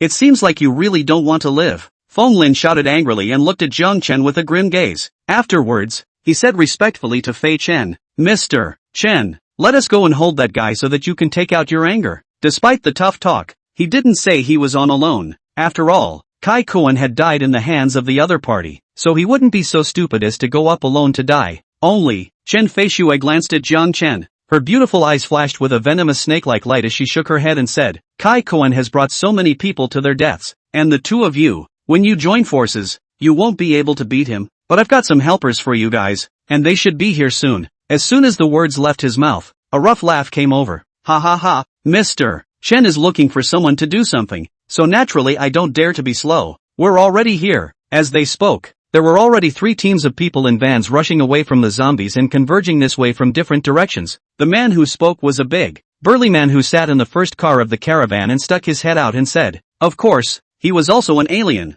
otherwise he wouldn't have been able to hear Fei Chen speak from a great distance. Soon, the 3 convoys stopped, and a total of hundreds of people came down from them. It was obvious from their fierce eyes that all of them had survived until now by killing. the bosses of the three teams. In addition to the strong man, the other two teams were led by a man and a woman. The female was a beautiful woman in her 30s, with a pair of peach blossom eyes switching back and forth between Feng Lin and Jiang Chen, as if her soul was about to be hooked away. Feng Lin naturally wouldn't be shy. Looking straight at the beautiful woman, sparks rubbed out between their eyes. The leader of the other team was an old man with a dry and thin figure. He was rather reticent, and when he came over, he just nodded his head to Fei Chen and didn't show anything. The burly man glanced at Zhang Duan and said disdainfully, "Mr. Chen, this is the person you want us to clean up. Would it be a bit of a fuss?" His gaze landed on Chen Feixiu, and his heart unconsciously gave birth to a desire to subjugate her, but his face did not dare to show the slightest hint of disrespect. This woman is toxic. You can only think about it, not touch it.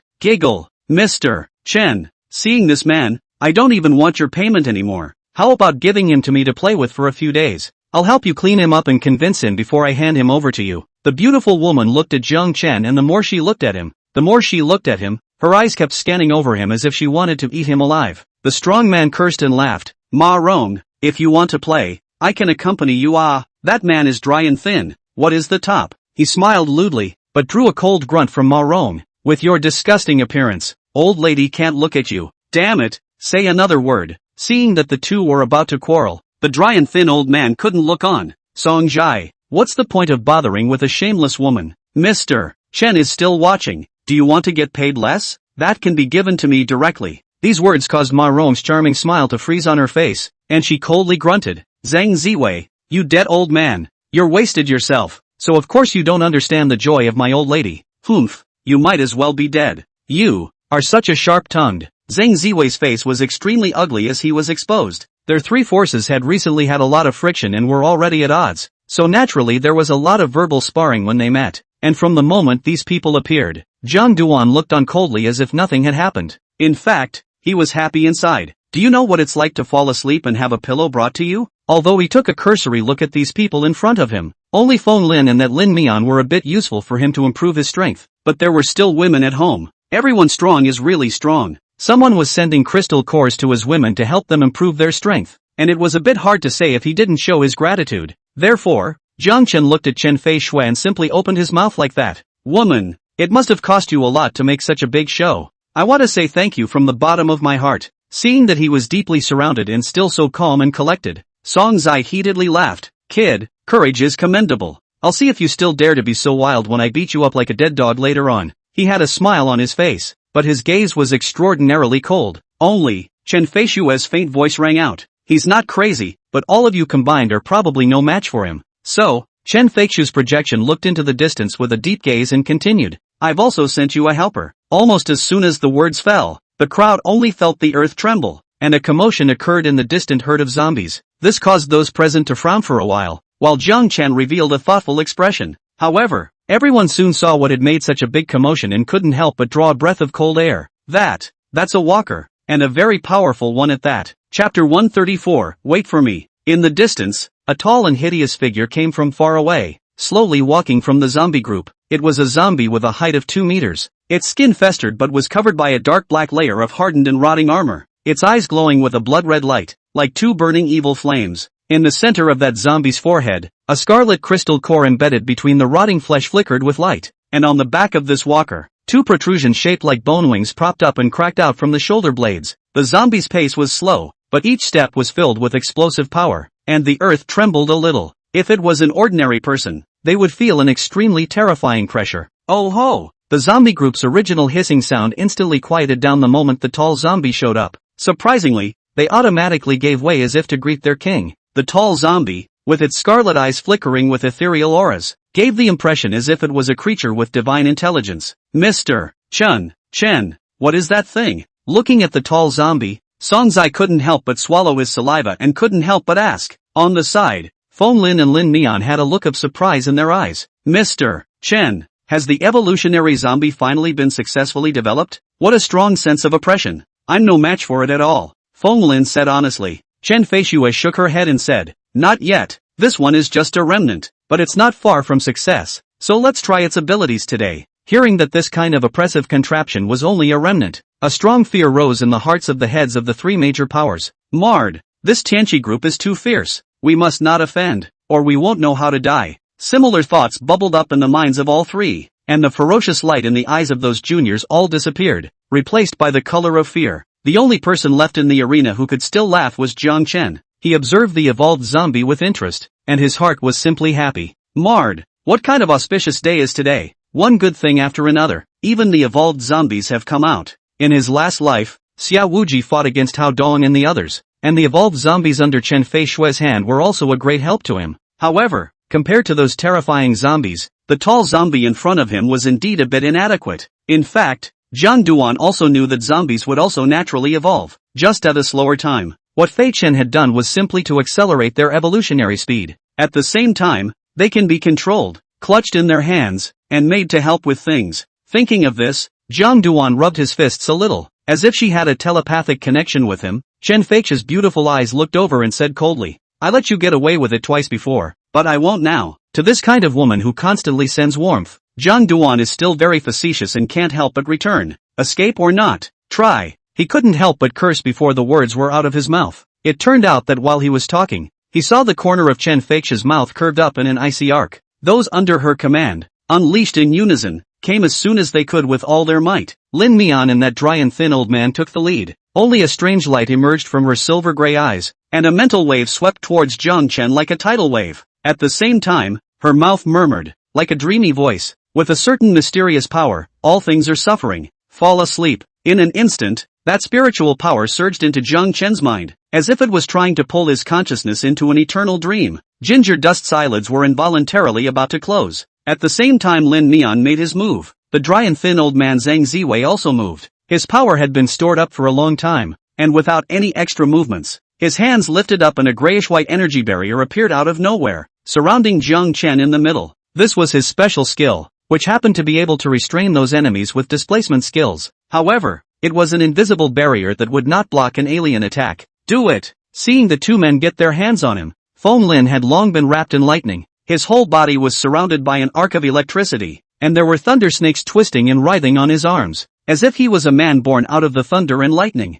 "I'll see how you escape this time," he snorted coldly, and between his thoughts, two thunder snakes as thick as arms twisted their hideous and ugly heads, and between their snake letters gulping, they headed straight for Jiang Chen. Ma Rong's smile was flirtatious, and although she appeared to be mesmerized by Jiang Chen just now, her hands were merciless. A scarlet liquid like blood appeared on her fingertips, and a line of blood shot out, flying towards Jiang Chen and winding around him. "Handsome, give your life to your sister. I'm cute as hell." Ma Rong's voice was seductive, and the winks on her face became more and more intense. This psychic ability was quite bizarre. Not only could it entangle and bind the enemy, it could also absorb their life force. It was rather similar to Jiang Chen's devouring ability. It's just that the two are not in the same league at all. Songjai followed suit as he slammed his foot on the ground, and the ground beneath Jiang Chen's feet cracked open. A 2-meter-tall stone pillar with a whistling strong wind leapt out of the ground, blocking the space around Jiang Chen. In a moment, the 5 types of psychic abilities descended like a raging wind and rain, and if it was an ordinary psychic, he would have lost his ability to resist in the first moment.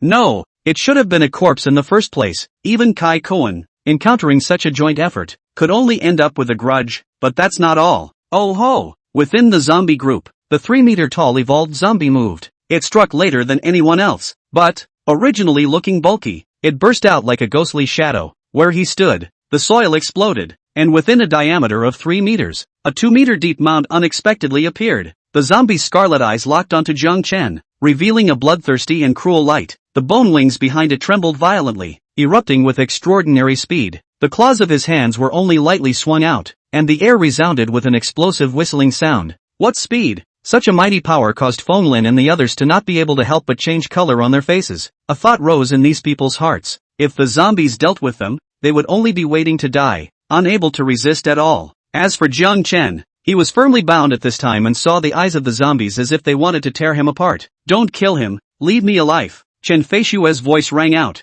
and the zombie's bloodthirsty glow faded for a few moments. It was obvious that it listened to the other side despite its low intelligence. In the face of such a killing situation, the corners of Jiang Chen's mouth slowly lifted at this moment. "You guys are done with your show. It's my turn, isn't it?" As the voice fell, a mocking look had just surfaced on the faces of the crowd when they saw Jiang Chen disappear without a trace from under their noses. "How can others?" Feng Lin's face suddenly changed. The one who was most incredulous was Zhang Ziwei, who did not feel any fluctuation in the energy barrier. and he could not help but scream out at the thought of a possibility. No, no way. At this moment, a miserable scream came from Lin Nian. Her spiritual attack didn't affect Jiang Chen, but instead, because the other party's spiritual power was stronger, it caused her to suffer a backlash. The damage on the spiritual level was difficult to recover from, and at this moment, she was gurgling blood from the corner of her mouth, and her entire essence had withered, so it could be said that she was wasted. Ah, my energy is gone. The next one to scream was Ma Rong. The bloodline she had condensed carried a spiritual imprint and was full of the essence of her body's energy, so if she could absorb the other party's life force, she would be able to continue to grow. Only, when she encountered the devouring ability, she was equivalent to contributing a tonic to Jiang Chen, and her face was pale. And all of this was just Jiang Chen doing it casually. His real goal was the strongest evolved zombie. After the space shuttle,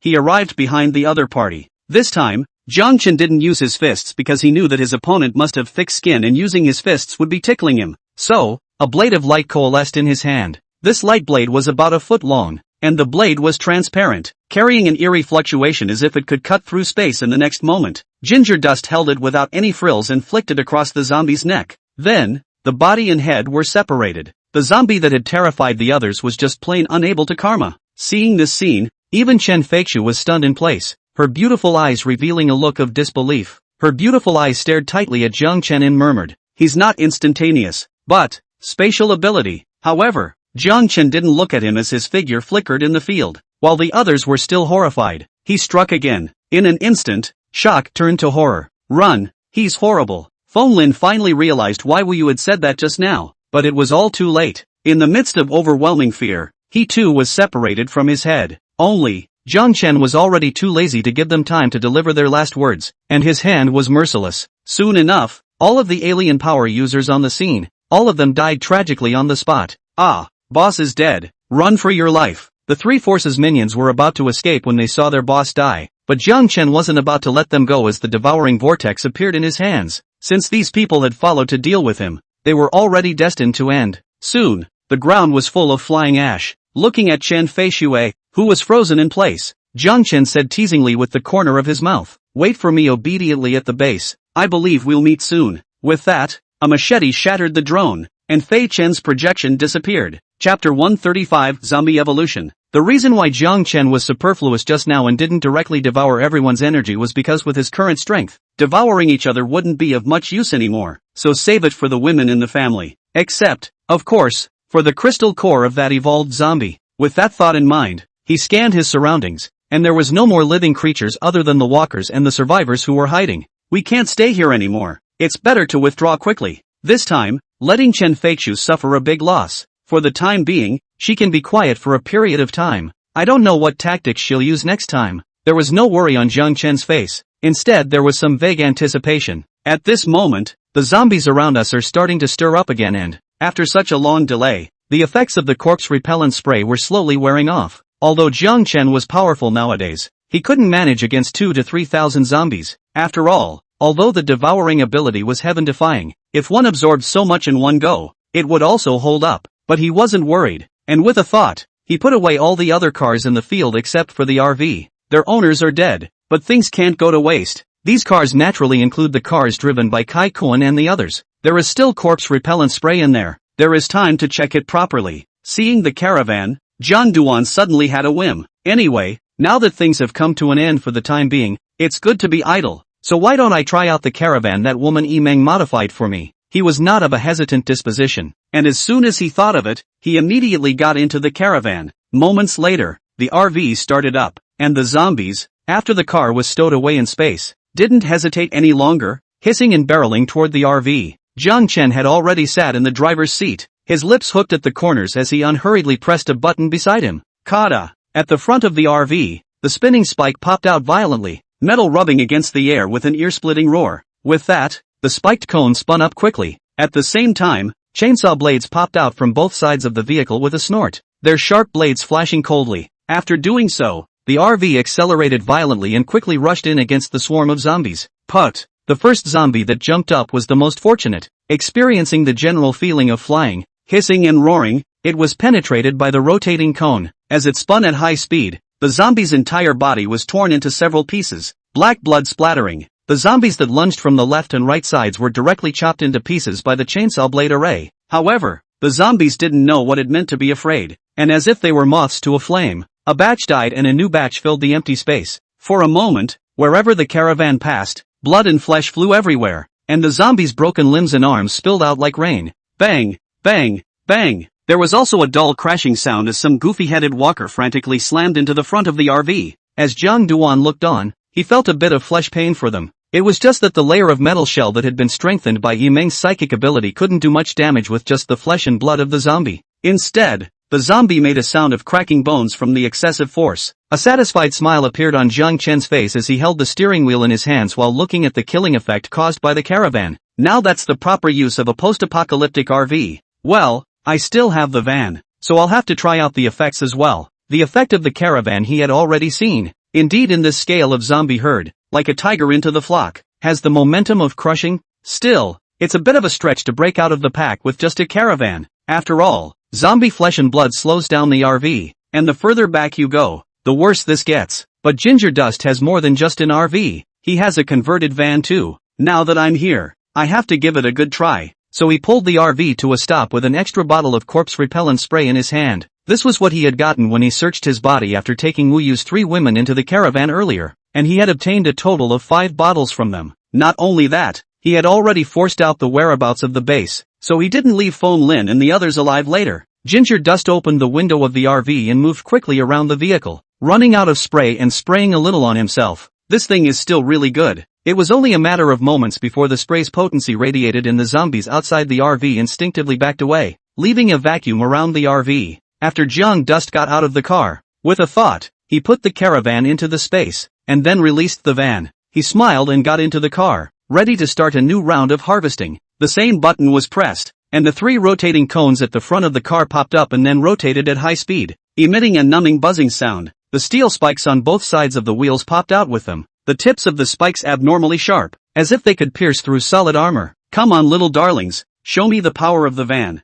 Jiang Chen had a smile on his face, then he pushed the gas pedal to the floor with one foot. At once, the van accelerated violently and roared into the tide of corpses. Boom! The 3 rotating cones took the lead, directly penetrating and crushing the several zombies that rushed up. Blood and flesh mixed with black blood spilling out wildly, and a few zombies on the left side had just pounced to the side of the car when they were stabbed by steel spikes, and were sliced into several pieces under the high speed of the truck. It was as if the van had become a zombie crucifixion site, full of broken and mangled wreckage wherever it passed. Jiang Chen was playful, maneuvering the steering wheel, making the van change its orientation from time to time, and churning out the zombies that surrounded it one by one. However, the zombies were still intrepid and came like a tidal wave, but they fell in pieces under the impact of the 3 spikes. The wheels ran over the zombies' limbs and arms, leaving a path of death in their wake. The van is much more aggressive than the RV, like a steel beast charging into a herd of sheep. It only took a few minutes to harden a gaping hole in the dense crowd of zombies. Soon, Jiang Duan drove his car to the outside of the town. He was quite pleased with how well the RV and van worked against the walkers this time. That Yimeng woman is still pretty good, but it's not a shame to die. After all, there's not much interest in taking her in. Well, actually, with the current situation, the car is enough. Jiang Duan got off the car and looked at the car's spikes, as well as the steel spikes next to it. After working for so long, they were unharmed. This material is enhanced with alien energy. It's just not the same. If it were ordinary steel, it would certainly get duller with use, but I like it. He then took off in his van. Behind them, the zombies lost their target, hissed, and began to mindlessly sway again. Aside from the hissing, the town seemed to be at peace again. But a moment later, right in the pile of zombie debris that Jiang Duan had driven over, a zombie that was originally tattered and lying there motionless, its body jerked violently. Immediately, its eyes, which had long since lost all signs of life, unexpectedly regained their blood-red luster. Immediately after that, the body suddenly trembled violently. Bones issued click-click-click crunching sound. The broken body suddenly quickly reorganized, flesh and blood writhing. Within moments, it shook itself off the ground and stood up, towering over the zombie next to it. Its hands were even thicker. Its originally sharp nails transformed into razor-sharp bone blades, and its back rumbled, a hideous bone spur piercing through its body. Roar! A deafening roar emanated from its throat, causing the zombies around it to let out a low wail. After the end of the world, evolved zombies also appeared. Chapter 136, a citywide reward. Just because the zombies in a small town are only showing evolution doesn't mean that all zombies are evolving so slowly. In many places, there should be second-stage walkers. If Jiang Duan saw it, he would know that in Shu City, this was not an isolated case. And he must have woken up laughing in his dreams. For a devouring alien with a large quantity of food, this was his bottom line. In the van, Ginger Dust thought about what he was going to do next. Chen Feiqiu will definitely not stop. Going back at this moment will expose her home. Let's have some fun outside first. Now that we have the corpse-repelling spray, it's time to go to the city. At that thought, he stopped the car and checked the amount of spray in the space. This reckoning made him smile. I didn't realize it added up to 20 or 30 bottles, enough to get me 3 in and 3 out on the edge of town. The spray had a time limit, and Jiang Chen hadn't been a deadbeat enough to run off and hang out in the center of the city. But as long as he didn't go too far in depth, he wouldn't be in any danger with his current strength. What's more, the rich and famous. The number of zombies in the city was in the millions, and with such a large base, an evolved zombie must have been born, and not just a second-order one. Although he didn't see that second-order zombie just now, he knew about the matter of zombie evolution with his experience in his previous life. Not only the zombies, but also the aliens who survived from inside the dangerous situation are also an important source of crystals. Well, let's go for a walk first, collect more crystals, and bring up the strength of the women in the house, or else just rely on old man alone. It's just going to be exhausting. Jiang Chen didn't have the intention of establishing a force. That would be unnecessary. In his opinion, it would be great if he could power up the women under him. Having them help solves a lot of things. Why get some more hands to gnaw on yourself? Of course, if the women were willing to fold, she wouldn't stop them, provided they were self-reliant. With the plan settled, Jiang Chen changed direction and headed towards the downtown area of Shu City. His current location, located in the northwest direction of Shu City, 5 kilometers inside the city, there happened to be a new shopping center built in the last few years. Go there first and try his luck. While Jiang Chen's side was calculating a new scavenging plan, Chen Feishue's mood was completely different. When her own projection dissipated, inside the conference room, her pretty face was as cold as frost. Ka-ching! The sound of a wineglass shattering rang out harshly in the silent conference room. Crimson wine dripped down Chen Feishue's white fingers, staining her black dress, but she didn't even realize it. Sitting in her chair, she looked at the darkened screen with a cold gaze. Spatial and devouring abilities. Things are really getting interesting. I'd like to see what means you still have to fight me after all your cards are revealed. After a long time, a smile suddenly appeared on her originally cold and stunning face. If the men had seen it, they would have been absolutely amazed, because the woman was joyful and never saw her smile. However, that stunning smile was just a flash in the pan and no one would notice. The next moment, Fei Chen pressed a button on the table. Chang Hui, come to my office. Soon, a woman in professional attire with a pretty face walked in, apprehension and anticipation in her eyes as she respectfully said, Mr. Chen, you called me here. What's the matter? Chen Feiqiu's beautiful eyes glanced at her and said, with Wu Yu dead, you will take her place from now on. She didn't say a word, her fingertips rubbing the ring on her hand as if she was thinking of some plan. The female secretary stood quietly to the side, not daring to utter a breath. In front of this woman who was beautiful beyond words, she felt a strong sense of suffocation, as if the slightest movement would put her life in danger. However, Chen Feishue didn't let her wait long this time and said, notify those forces that we've made deals with to help me look for an alien named Jiang Chen. The light in her beautiful eyes flickered as she continued. Tell them that if they participate in the search, they will receive 3 bottles of corpse repellent spray, plus 3 bottles of recovery potion if they can provide his location. And if they can capture him, they can receive a potion number 2. Potion number 2? Chang Hui sniffed and was shocked. The corpse repellent spray is now available for mass production.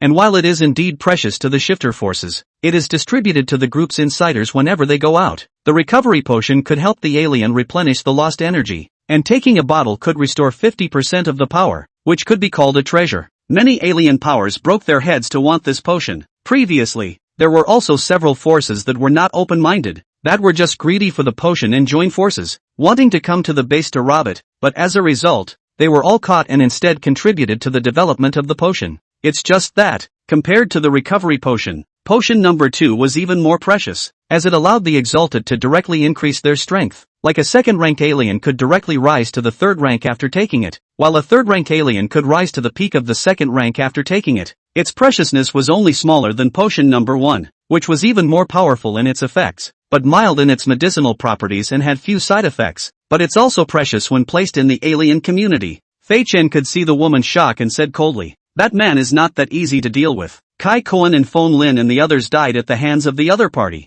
Even the zombie number 3 was killed by him. Posting a reward is just to make those people keep consuming him. There was disdain in her gaze. Those losers, they won't be able to catch him at all. Let's have Walker 2 go along with what they're doing. At those words, Chang Hui was even more shocked in her heart. Is that guy really that scary? The question arose for her. Chang Hui forced down her inner thoughts and asked cautiously, Mr. Chen, do we really need to use potion no? 2, this is. What? Chen Feixia's gaze abruptly turned cold and her voice was like ice. Are you questioning my decision? No, I'm not. Everything is at your command. Chang Hui hurriedly explained, her voice carrying a few tremors. Chen Feixia's viper-like eyes looked at her and said coldly, next time you dare to talk too much, go to the lab yourself. Upon hearing this, Chang Hui flung himself to his knees and kowtowed. I don't dare. My subordinate will never dare again. It was only after she had cracked her head and blood had flowed out that Chen Feixia waved her hand. Get up. Remember, there's no next time, and go about your business. Yes, I'll be right there. Chang Hui went out of the door with trepidation. Her body was already drenched in fragrant sweat,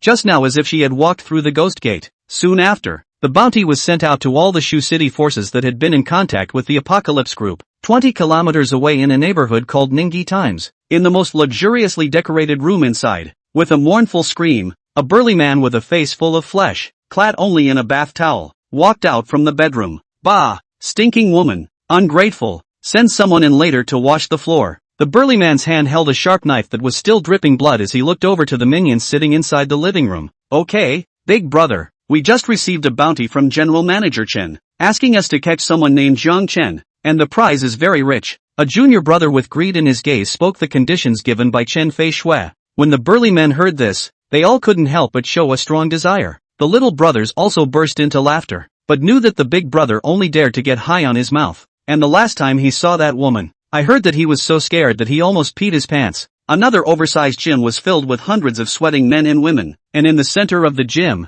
there was a ring. Above them, 2 shirtless men were fighting fiercely against each other. They were extremely appalling with their punches and vicious moves, as if the ring was going to be demolished. Shortly after, someone came over and said, 2 bosses, Mr. Chen has issued a bounty for us to find someone. The 2 stopped sparring and looked at each other when they heard the item that was being offered as a bounty. One of the men with inches said, let's go, immediately. And in another luxury villa area, a group of coolly dressed men and women were frolicking and having fun by the open air pool. It's amazing that they're hosting a reception. Such a leisurely and extravagant life, appearing in the post-apocalyptic world, makes people feel a bit absurd. In one corner of the pool, a young man with sunglasses was soaking in the pool water and was resting his eyes with his eyes closed. 3 or 4 women with excellent looks and figures were sitting beside him, and 2 of them were feeding him fruits. Shortly afterward, a woman dressed as a secretary appeared behind her and said, Young Zhang, Fei Chen's side has posted a reward. Hearing the name Chen Feixiu, the sunglasses youth's body moved and looked at the woman behind him. What's that woman up to?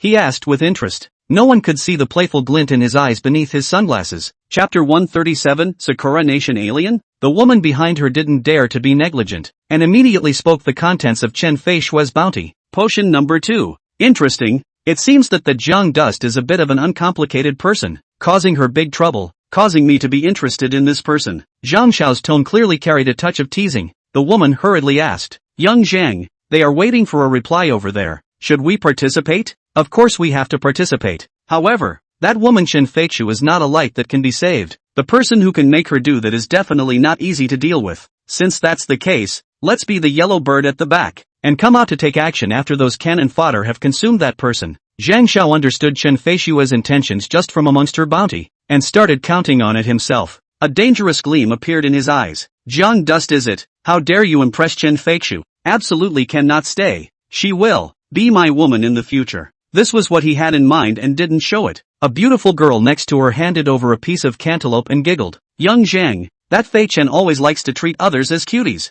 However, she doesn't realize that her thoughts have long been seen through by you. It's simply ridiculous. Giggle. She had the kind of looks that are commonly known as internet face, but it looked, well, not artificial, which is a rarity. If you put it in the pre-apocalyptic era, it would definitely make a lot of geeks swoon. However, when Zhang Xiao heard what she said, an evil smile appeared on his face. Is it funny? A woman like you deserves to speak ill of her behind her back? At those words, the woman blossomed and was ready to explain. However, a light blue flame popped out from Zhang Xiao's fingertips and landed on the woman. Boom! In an instant, her entire body burned. Ah! The mournful screams caused everyone around the pool to cast a glance at the firemen in front of them, a look of horror in their eyes. The woman couldn't stop screaming and tried to jump into the pool. Don't let her dirty the pool. Zhang Xiao's faint voice came out, only to see the woman who had just reported to him suddenly spit out a spider silk from her mouth. It was thinner than a strand of hair, but it wrapped around the screaming woman and flung her several meters away. It was only then that the spider silk was reduced to ashes by the flames. The woman lost her last chance to live and let out a desperate wail, unable to stop rolling on the ground. Shortly after that, there was no movement. At the sight of the woman's misery, most of the people in the room had horror on their faces that was too thick to be melted, especially the remaining beauties beside Zhang Xiao. Their pretty faces were white, their delicate bodies trembled, and they were scared out of their wits. Just one sentence, and ended up in such a miserable state, which shows the viciousness of the man in front of him. However, Zhang Xiao swept a glance at them and smiled gently. Don't be so scared, I just don't like people who say the wrong thing. You guys, I can't afford to kill you. Yes, young Zhang is a good man. We are not afraid, a woman said warily. Zhang Xiao let out a laugh and looked at the secretary. Lin Yan, go ahead and reply, and come here later to change your clothes. He looked at the woman's delicate figure in her professional suit and a strange glint flashed in his eyes. Without the slightest fluctuation on her face, Lin Yan nodded and left the pool. Zhang Duan knew nothing about Chen Fei Shui's bounty. Of course, if he had known, he would have been overjoyed and would have complimented this woman for being too sensible and grabbing the crystal cores for him. At that moment, he was driving his car, heading for that shopping center. He was going in to collect supplies anyway, so he wasn't in too much of a hurry, walking along the road and collecting what he could into space as he came across it. Sometimes he stops to collect things. This time he used corpse repellent spray. There was no way around it. The deeper he went inside the city, the more dangerous it became. Upon seeing the van he drove, the zombies that had been roaming around the neighborhood swarmed the area, as well as those inside the buildings. Just driving 2 kilometers inside the city, Zhang Chen was already in the middle of an ocean of zombies, with no less than 3,000 zombies in the surrounding area. The vast majority of the zombies, however, instinctively dodged out of the way when they smelled the spray as the vehicle drove by. Some of the zombies that were slow to react were crushed through and through by the car. There were 3 other walkers in here, clearly much taller and more robust than the rest of their kind. They looked similar to the evolved zombie in the town, and surprisingly, they had evolved as well, though also a bit leery of the spray. They hesitated before hissing and slamming into the van. Bang! The violent impact was felt by Ginger Dust in the van. When he noticed the evolved zombies outside, a look of joy appeared on his face. Mud! It's still the city corpses that are fighting for their lives. This time they came across 3 evolved zombies. As he spoke, he had stopped the caravan and his figure disappeared into the seat. Then he used 3 times of instantaneous transportation, swiftly and unparalleledly kicked the necks of the zombies to break their necks, and collected their corpses into the space. After doing so, Zhang Duan restarted the car. Next, he ransacked a gas station, stowing the tanker trucks that hadn't been unloaded here into space, even the convenience store. After collecting some more supplies and killing a second stage walker, he saw the shopping center from a distance. But, with his great eyesight, he could see what was there. Well, I didn't realize someone had already gotten a head start. Could it be a survivor from the city? At this time, outside the shopping center, there were 3 large trucks parked, in addition to 10 or so SUVs. And, at that moment, people were constantly carrying goods out of it. Zhang Duan took a closer look. 2 of the 3 vans were already loaded, leaving one still loaded, and he burst into a rage. Asterisk.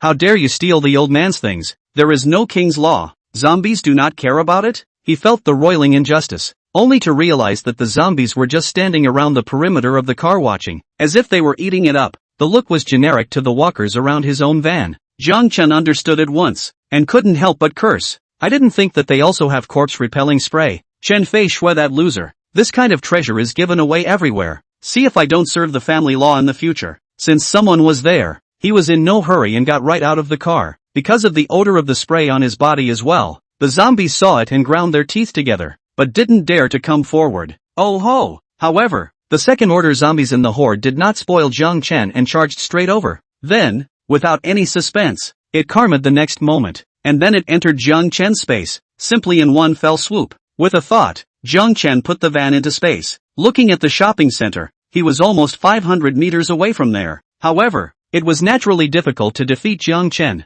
This distance could already be passed by space shuttle. With his strength today, the shuttle distance could reach 1,000 meters. However, space shuttling isn't just a haphazard way to get to your destination with a pat on the head. It requires an anchor point. Speaking human means that you need to know the distance between where you are and your destination and be familiar with the scene at your destination. Of course, It wasn't a problem for Jiang Chen. He used to go to the ends of the earth with a wrench and repaired all over Xuchang, and the shopping center naturally came here as well. An image appeared in his mind, and Jiang Chen's figure disappeared into thin air. The next moment, he arrived in an office. However, just as it appeared, a walker hissed and lunged. If it was an ordinary person, it would have been a shock, but Jiang Chen didn't. He saw the zombie's dress, and his anger rose from his heart, and he kicked out fiercely, kicking the other party directly into the wall so hard that his whole body went limp and fell down. Bah! So you're an asshole turned zombie. The zombie in front of him was vicious and ugly, but it vaguely had the appearance of the pre-apocalyptic era, and Zhang Duan recognized it as one of the supervisors here surnamed Go, when he came to fix the air conditioner before. This guy didn't make things difficult for Zhang Duan and almost didn't pay for the repairs, which is why he was so nonchalant. After casually resolving Supervisor Go, Jiang Chen sprayed some spray on his body and walked out of the office. Just outside the door, a walker pounces. However, when it smelled the scent of Jiang Chen's body, it instinctively tried to back away, and as a result, it couldn't break in time due to the overexertion of force, and was sent flying by Jiang Chen's kick, and after crashing into the wall, it died to death. Outside is a corridor with offices on both sides, where dozens of zombies roam, and Zhang Duan walks all the way without going there. Better than walking idly. With his strength on his side, he didn't panic in the slightest and slowly arrived at the shopping center below. The two basement floors here are a large supermarket with a wide variety of supplies, while the upper floors are a food and clothing section, as well as other categories of merchandise. He hit his figure all the way to the first floor when he heard someone talking here. Asterisk asterisk asterisk asterisk so much stuff. Really can't leave. But it's a pity that the corpse repellent spray is too little. Otherwise we can drive a few more cars over. Mard. Talking about this is angry. Chen Fei Shui the dog eyes look down on people. Because of the status of the masters, the spray price is higher than other forces. Humph. Sooner or later to become the masters their plaything. While the two were there angrily spraying Chen Fei Shui, Jiang Chen's brows were furrowed. Master? What kind of stuff is that? He was about to show up and force the two to question them when he heard a voice coming. Buga. What are you two doing? Hurry up and get to work. Hearing the not-so-skilled summer language, and that tone, Jiang Chen's eyes instantly went cold. With that, he saw a short middle-aged man appear beside those two. This man had a stern gaze, and Jiang Chen could feel the fluctuation of alien energy from him. Surprisingly, it's the trash of the Sakura country. It's really lucky. A big smile appeared on his face, only it looked a little cold. Chapter 138, Take me to your lair. Seeing the visitor, the two junior brothers who spoke up immediately said, Commander Takahashi, we weren't slacking off, we were just scolding that Fei Chen. A deep fear was evident in his eyes before the visitor. Another person said curtly, Commander Takahashi, we are saying that Chen Feichu doesn't know what's good for her, and sooner or later she will fall into her master's womanhood. The man's eyes swept over the two like a falcon. Jia laughed. You Xia people are just so ignorant. This land, sooner or later, will fall into the hands of the chiefs. Upon hearing such disparaging words from him, those two surprisingly nodded their heads in succession. What the commander said is true. That's why we abandoned our darkness and followed you. They sounded curt, like dogs wagging their tails. Commander Takahashi's eyes were full of disdain when he looked at the two. Only, just as he was getting complacent, Jiang Chen's icy voice rang out from behind the three, as if from the nine hells. A bunch of wolf-hearted contraptions. How dare they speak up here? When the words fell, he was already standing across from the three. Commander Takahashi turned violently, killing intent erupting in his eyes. Buga, who are you? Although his eyes were sharp, he had deep scorn in his heart. The fact that Jiang Chen had appeared beside him without a sound and without realizing it showed that he was an expert just like himself. The two slavish men, on the other hand, blindly believed in his strength and cursed, Where did that dog come from? How dare you scare us? You're dead. That's right, no matter what you are, today is the day you die. The commotion over here naturally startled the others who were busy inside the supermarket. They gathered around. Zhang Duan looked on with cold eyes.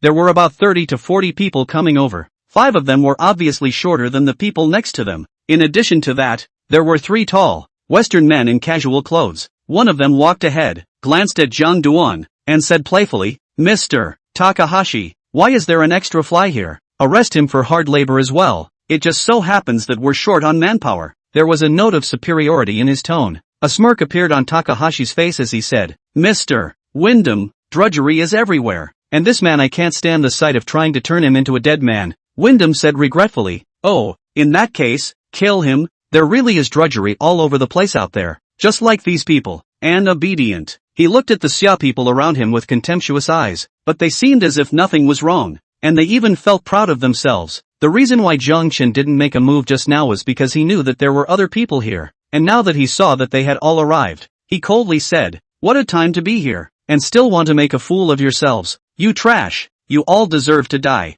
Before the other party could reply, suddenly, a suffocatingly terrifying pressure was released from him. The air around him seemed to freeze as if the air was frozen. Takahashi and Wyndham were pressurized to the point that their knees were weak, and they directly fell to the ground. They were kneeling, and the others were even worse. Some were even pressed down to the ground, their faces twisted in fear in their gaze. "Who the hell are you?" At this moment, the two Takahashi men had long since lost their previous arrogance, and their eyes were filled with shock and even fear. The other party had overwhelmed a group of them all by himself, which caused his heart to throb just now when he had felt that Jiang Chen and himself were evenly matched. People in the Sakura country were already bullies, and Takahashi was naturally one of those goods. "Wang Defa, let go of me. If anything happens to us and we offend the Royal Spirit Society, you will absolutely die without a burial place." Wyndham didn't feel the slightest bit of fear even though he was being suppressed by Jiang Chen, and was even clamoring. Only, in the next moment, he couldn't be arrogant. Jiang Chen had already arrived at his side, and the knives in his hands were as fast as lightning, thrusting into each of his limbs. While the other party was still screaming miserably, he had already grabbed the other party's neck, and just like throwing a dead dog, he threw it into the nearby group of zombies that didn't dare to come forward. Wyndham's limbs were bleeding. The smell of blood completely covered the smell of the repellent spray. Where would the zombies let go of such a delicious blood meal? Hissing and pouncing.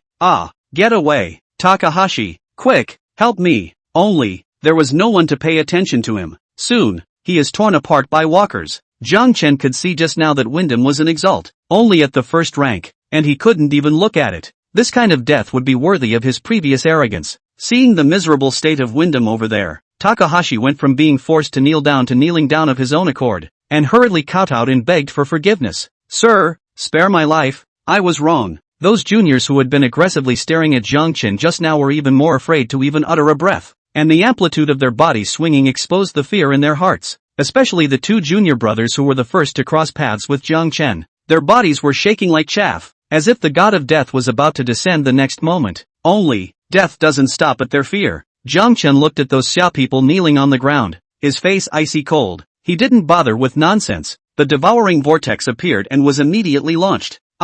Big brother, don't kill me, we are all. Before those people could finish, they turned into flying dust, leaving only the Takahashi commander whose body couldn't stop thrashing. Jiang Chen looked at him coldly and said, "Want to die or want to live?" Takahashi quickly kowtowed. "I want to live, please give me a chance." When he bumped his head against the ground, he had a murderous look in his eyes, and when he raised his head, he was as meek as a dog wagging its tail and begging for mercy, only to be followed immediately by a heartbreaking scream. Jiang Chen had already flashed to his side and kicked off both of his opponent's legs. Takahashi felt the sharp pain in his body and couldn't hold back any longer, showing his fierce face again. But soon he hit it. "You're still useful to me, but your legs are useless. Stay here honestly or your other three limbs will leave you too." At those words, Takahashi felt a chill in some places, a chill that went straight to the sky. Although Jiang Chen had spoken lightly, he was sure that the other party would be able to do it. After saying that, Jiang Chen started to collect the supplies to go. The supermarket had a lot of supplies, but because so many days had passed since the end of the world, some of the food that couldn't be easily preserved had long since gone bad. The weather is still hotter than it was before the end of the world, adding to the rate of destruction of supplies. Nonetheless, Zhang Duan welcomed another bumper harvest, but now he's numb to this sort of thing, like an emotionless $0 buy machine that took all of 5 minutes to ransack the supermarket. It still took a little more time because he had to sift through the bad supplies. Naturally, he didn't spare the 3 vans outside. After all, it was something that those Takahashi people had strictly chosen to take in without even looking at it. After thinking about it for a while,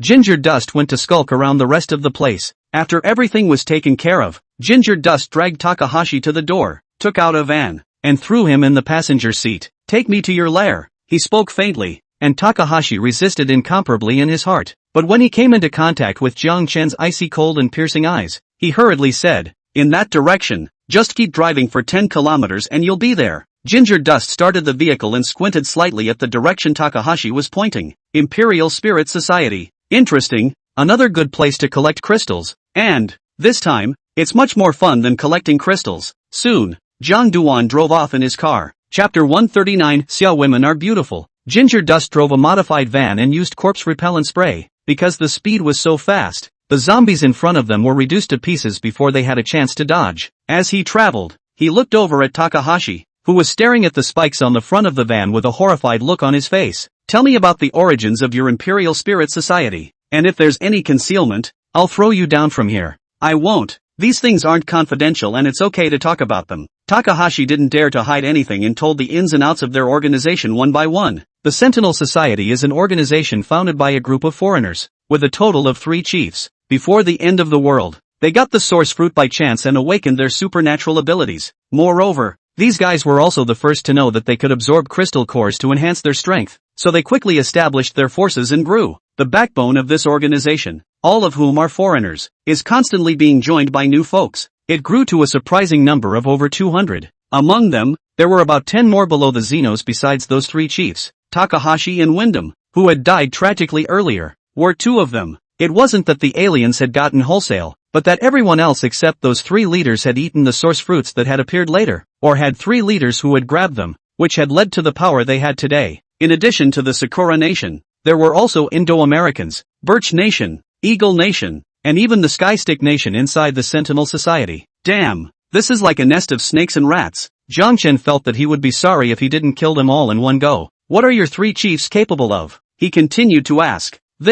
Takahashi was a bit embarrassed and frowned. I don't know much about this, especially the first leader. Few people in the club know about his abilities. The second leader can transform into a werewolf. As for the third leader, he comes from our Sakura country and specializes in assassination. He saw that Jiang Chen's eyes were a bit cold and told him everything he knew. Jiang Chen listened quietly, his gaze narrowing slightly. He would have liked his opponent to be stronger so that he could help himself. After leaving the city, the speed of the van steeply accelerated because Jiang Chen was in a hurry. I just learned from Takahashi that the people of the Goryo Club are simply doing nothing wrong. The end times have completely ripped away their hypocrisy. This force occupies an upscale villa area, in which people who were originally living a privileged life, the men are killed or reduced to slavery, while the beautiful-looking women are wantonly abused. Not only that, but they would send people out to rob supplies and beautiful women, and some of the neighborhood residents were reduced to being their hawks and dogs, aiding and abetting them. Hearing the latter, Jiang Chen's gaze grew colder and colder, scaring Takahashi so much that he didn't dare to utter a single breath, because the speed had accelerated quite a bit.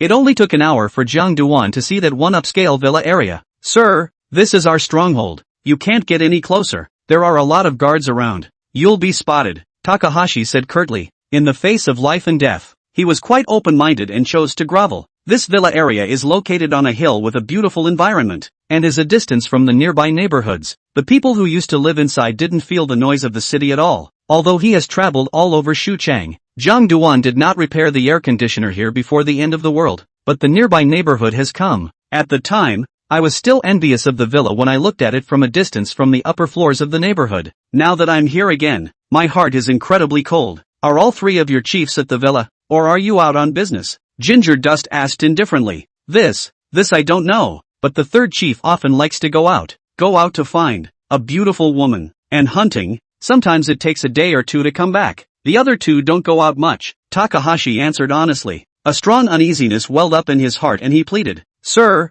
I've said everything. Please don't kill me. I'm useful. Only, before he could finish, Jiang Chen grabbed his neck. You. Seemingly realizing his fate, Takahashi had a look of resentment in his eyes. It's amazing that the other side doesn't give any credit. Only, Jiang Chen didn't give him a chance to speak and crushed his neck with one hand, took Takahashi's crystal core and casually threw it out of the car window. Then, Jiang Chen slammed his foot on the gas and sped towards the villa. At the main entrance of the villa, there were more than 20 people guarding the place, a waterfall of Summerlanders, half of whom held cold weapons in their hands, and the other half had guns as well. Standing behind the large iron gate, from time to time a wandering zombie outside came over and hissed a few times before becoming a corpse. Outside the gates, the bodies of a dozen zombies had fallen. These people had ferocious expressions, but from time to time their gazes looked towards the somewhat noisy duty room with envious faces. Inside the spacious duty room, there was also a group of people drinking and eating meat, and the sound of giggles and laughter came out. These people, by the looks of them, were Westerners, Sakura nationals, and others from different regions, and were already a bit tipsy from the drink. At this moment, from the lounge next to the duty room, a tall man came out. He had a high nose, blue eyes, and thick body hair. Douglas, how was it? Did you have a good time? A Sakura Nation man whistled and asked lewdly. Oh great, the women of Xia are just beautiful. Matsu asterisk asterisk asterisk asterisk Akuan. It's your turn to go in. The tall man seemed to be reminiscing about what he had just tasted, with a face of enjoyment.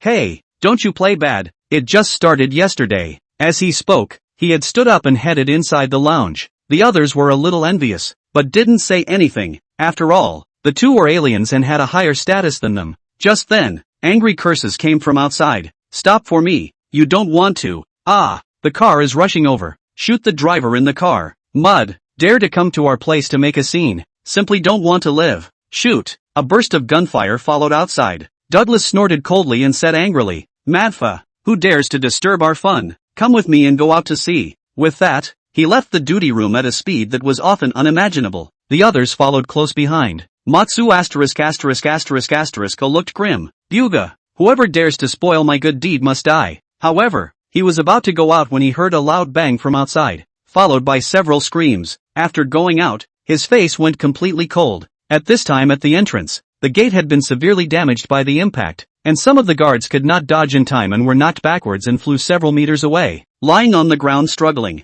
and a big van has pulled up inside the villa area. Douglas was standing flanked by his men, staring angrily at the van. He roared, Fark, who's in there? Get your ass out here. With that, the driver's door of the van opened and Zhang Duan slowly jumped down from it. Immediately, one of the juniors who had just watched the door cursed, Dog thing, don't want to live. I'll chop you to death. Seeing that Matsu asterisk asterisk asterisk asterisk A and the others were close by, the man was so bold that he swung his machete towards Zhang Chen. He had a sardonic grin on his face while Matsu asterisk asterisk asterisk asterisk A and the others just watched, not trying to drink it in. Kid, die for me. The man's blade arrived in front of Zhang Chen, his mouth grinning with an exceptionally hideous smile. Only, in the next moment, Zhang Chen casually kicked out a leg, kicking the man in the chest. Ka-ching! Crisp bone-cracking sound came out. The man screamed miserably and flew out backwards. The direction was exactly the side of the van, instantly pierced through the body by the steel thorns sticking out. The man's screams came to an abrupt end. Seeing the misery of their companions, the stupid people behind them gulped. Zhang Chen looked at the crowd and spoke faintly. Where is your leader? Fark,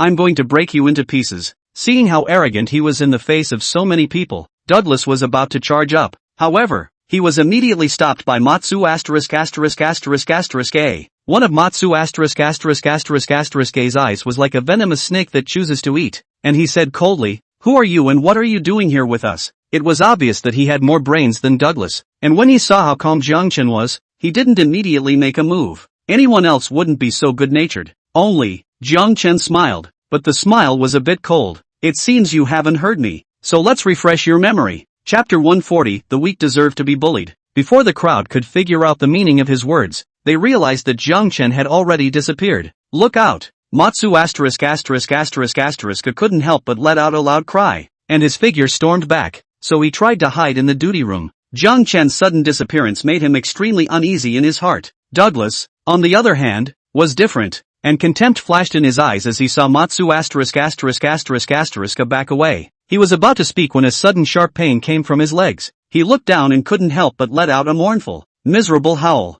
Ah, my leg, ah, kill him for me. It turned out that in the blink of an eye, one of his legs had actually broken off at the knee. However, seeing him without his legs, a chill rose up in the hearts of the crowd, who hesitated to step forward. Ginger Dust didn't even look at these people and went over to bring up Douglas. Let me go, the chief won't let you go, you lowly Summerlander. Ah. He was in the middle of cursing when he let out a scream that was even more dismal than before. It turned out to be Zhang Chen who carried him to the front of the van and directly inserted his entire body on top of the spiked vertebrae that had stopped rotating. Douglas fainted from the pain. It's horrible. Those juniors' legs and stomachs trembled, and suddenly they softly knelt on the ground. Fark, what are you doing on your knees? Get together and kill him. A tall foreigner growled in color, snatched a gun and shot it at Kong Dust. However, the next moment, he was impaled by a sharp knife and died. Ah, spare our lives, don't kill us, big brother, we were forced by these foreigners, we had no choice, for the sake of our kind, let us go.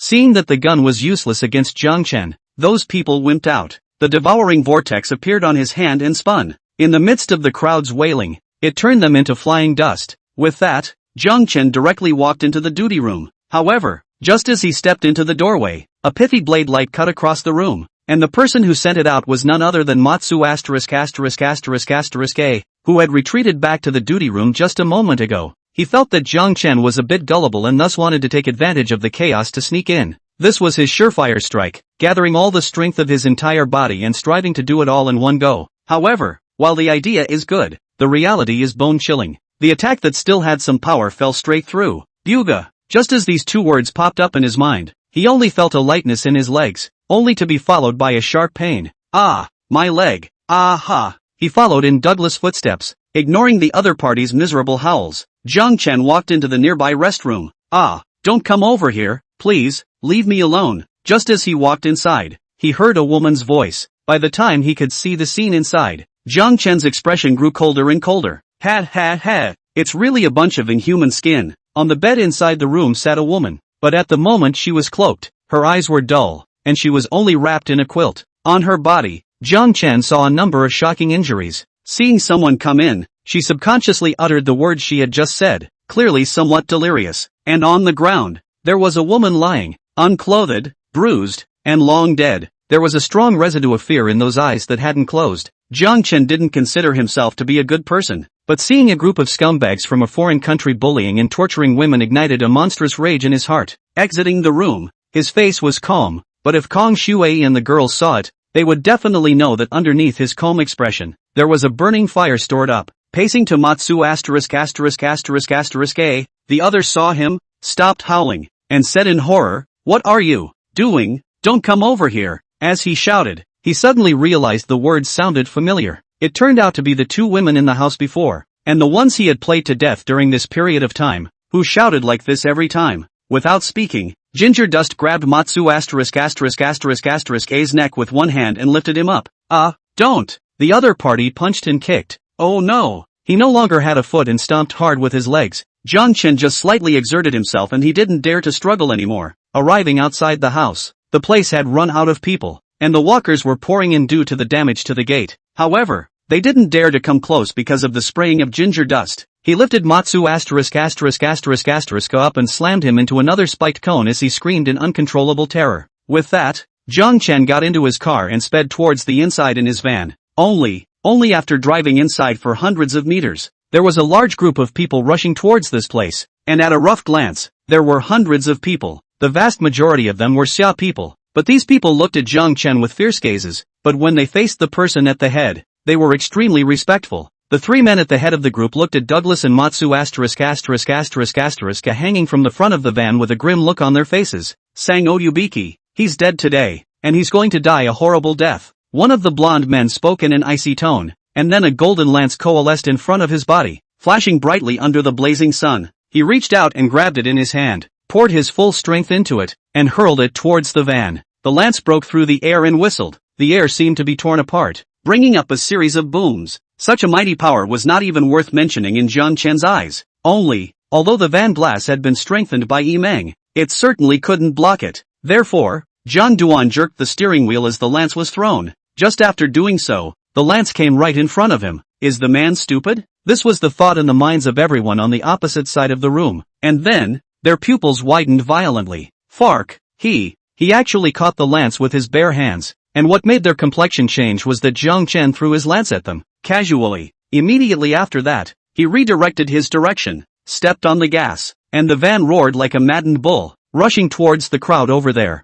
At this point, those people were simply too late to dodge. Just now, the long spear broke through the air and flew out, and a burly Sakura countryman at the head over there sank his horse and was about to receive the long spear hard. However, as the lance flew to the side of the crowd, it suddenly exploded, with countless fragments breaking through the air and shooting out, causing a considerable amount of killing and wounding due to the fact that this situation was not expected at all. Apart from the front three alienists who blocked the shards, 20 to 30 people behind them were hit by the shards, while 4 of them were hit in the vitals and died on the spot. Screams rang out into a frenzy, but that was just the beginning of their nightmare. Zhang Duan had already crushed over in his van while the other party's hands were busy. On the way, he had made the spiked cone rotate, and Douglas and Matsu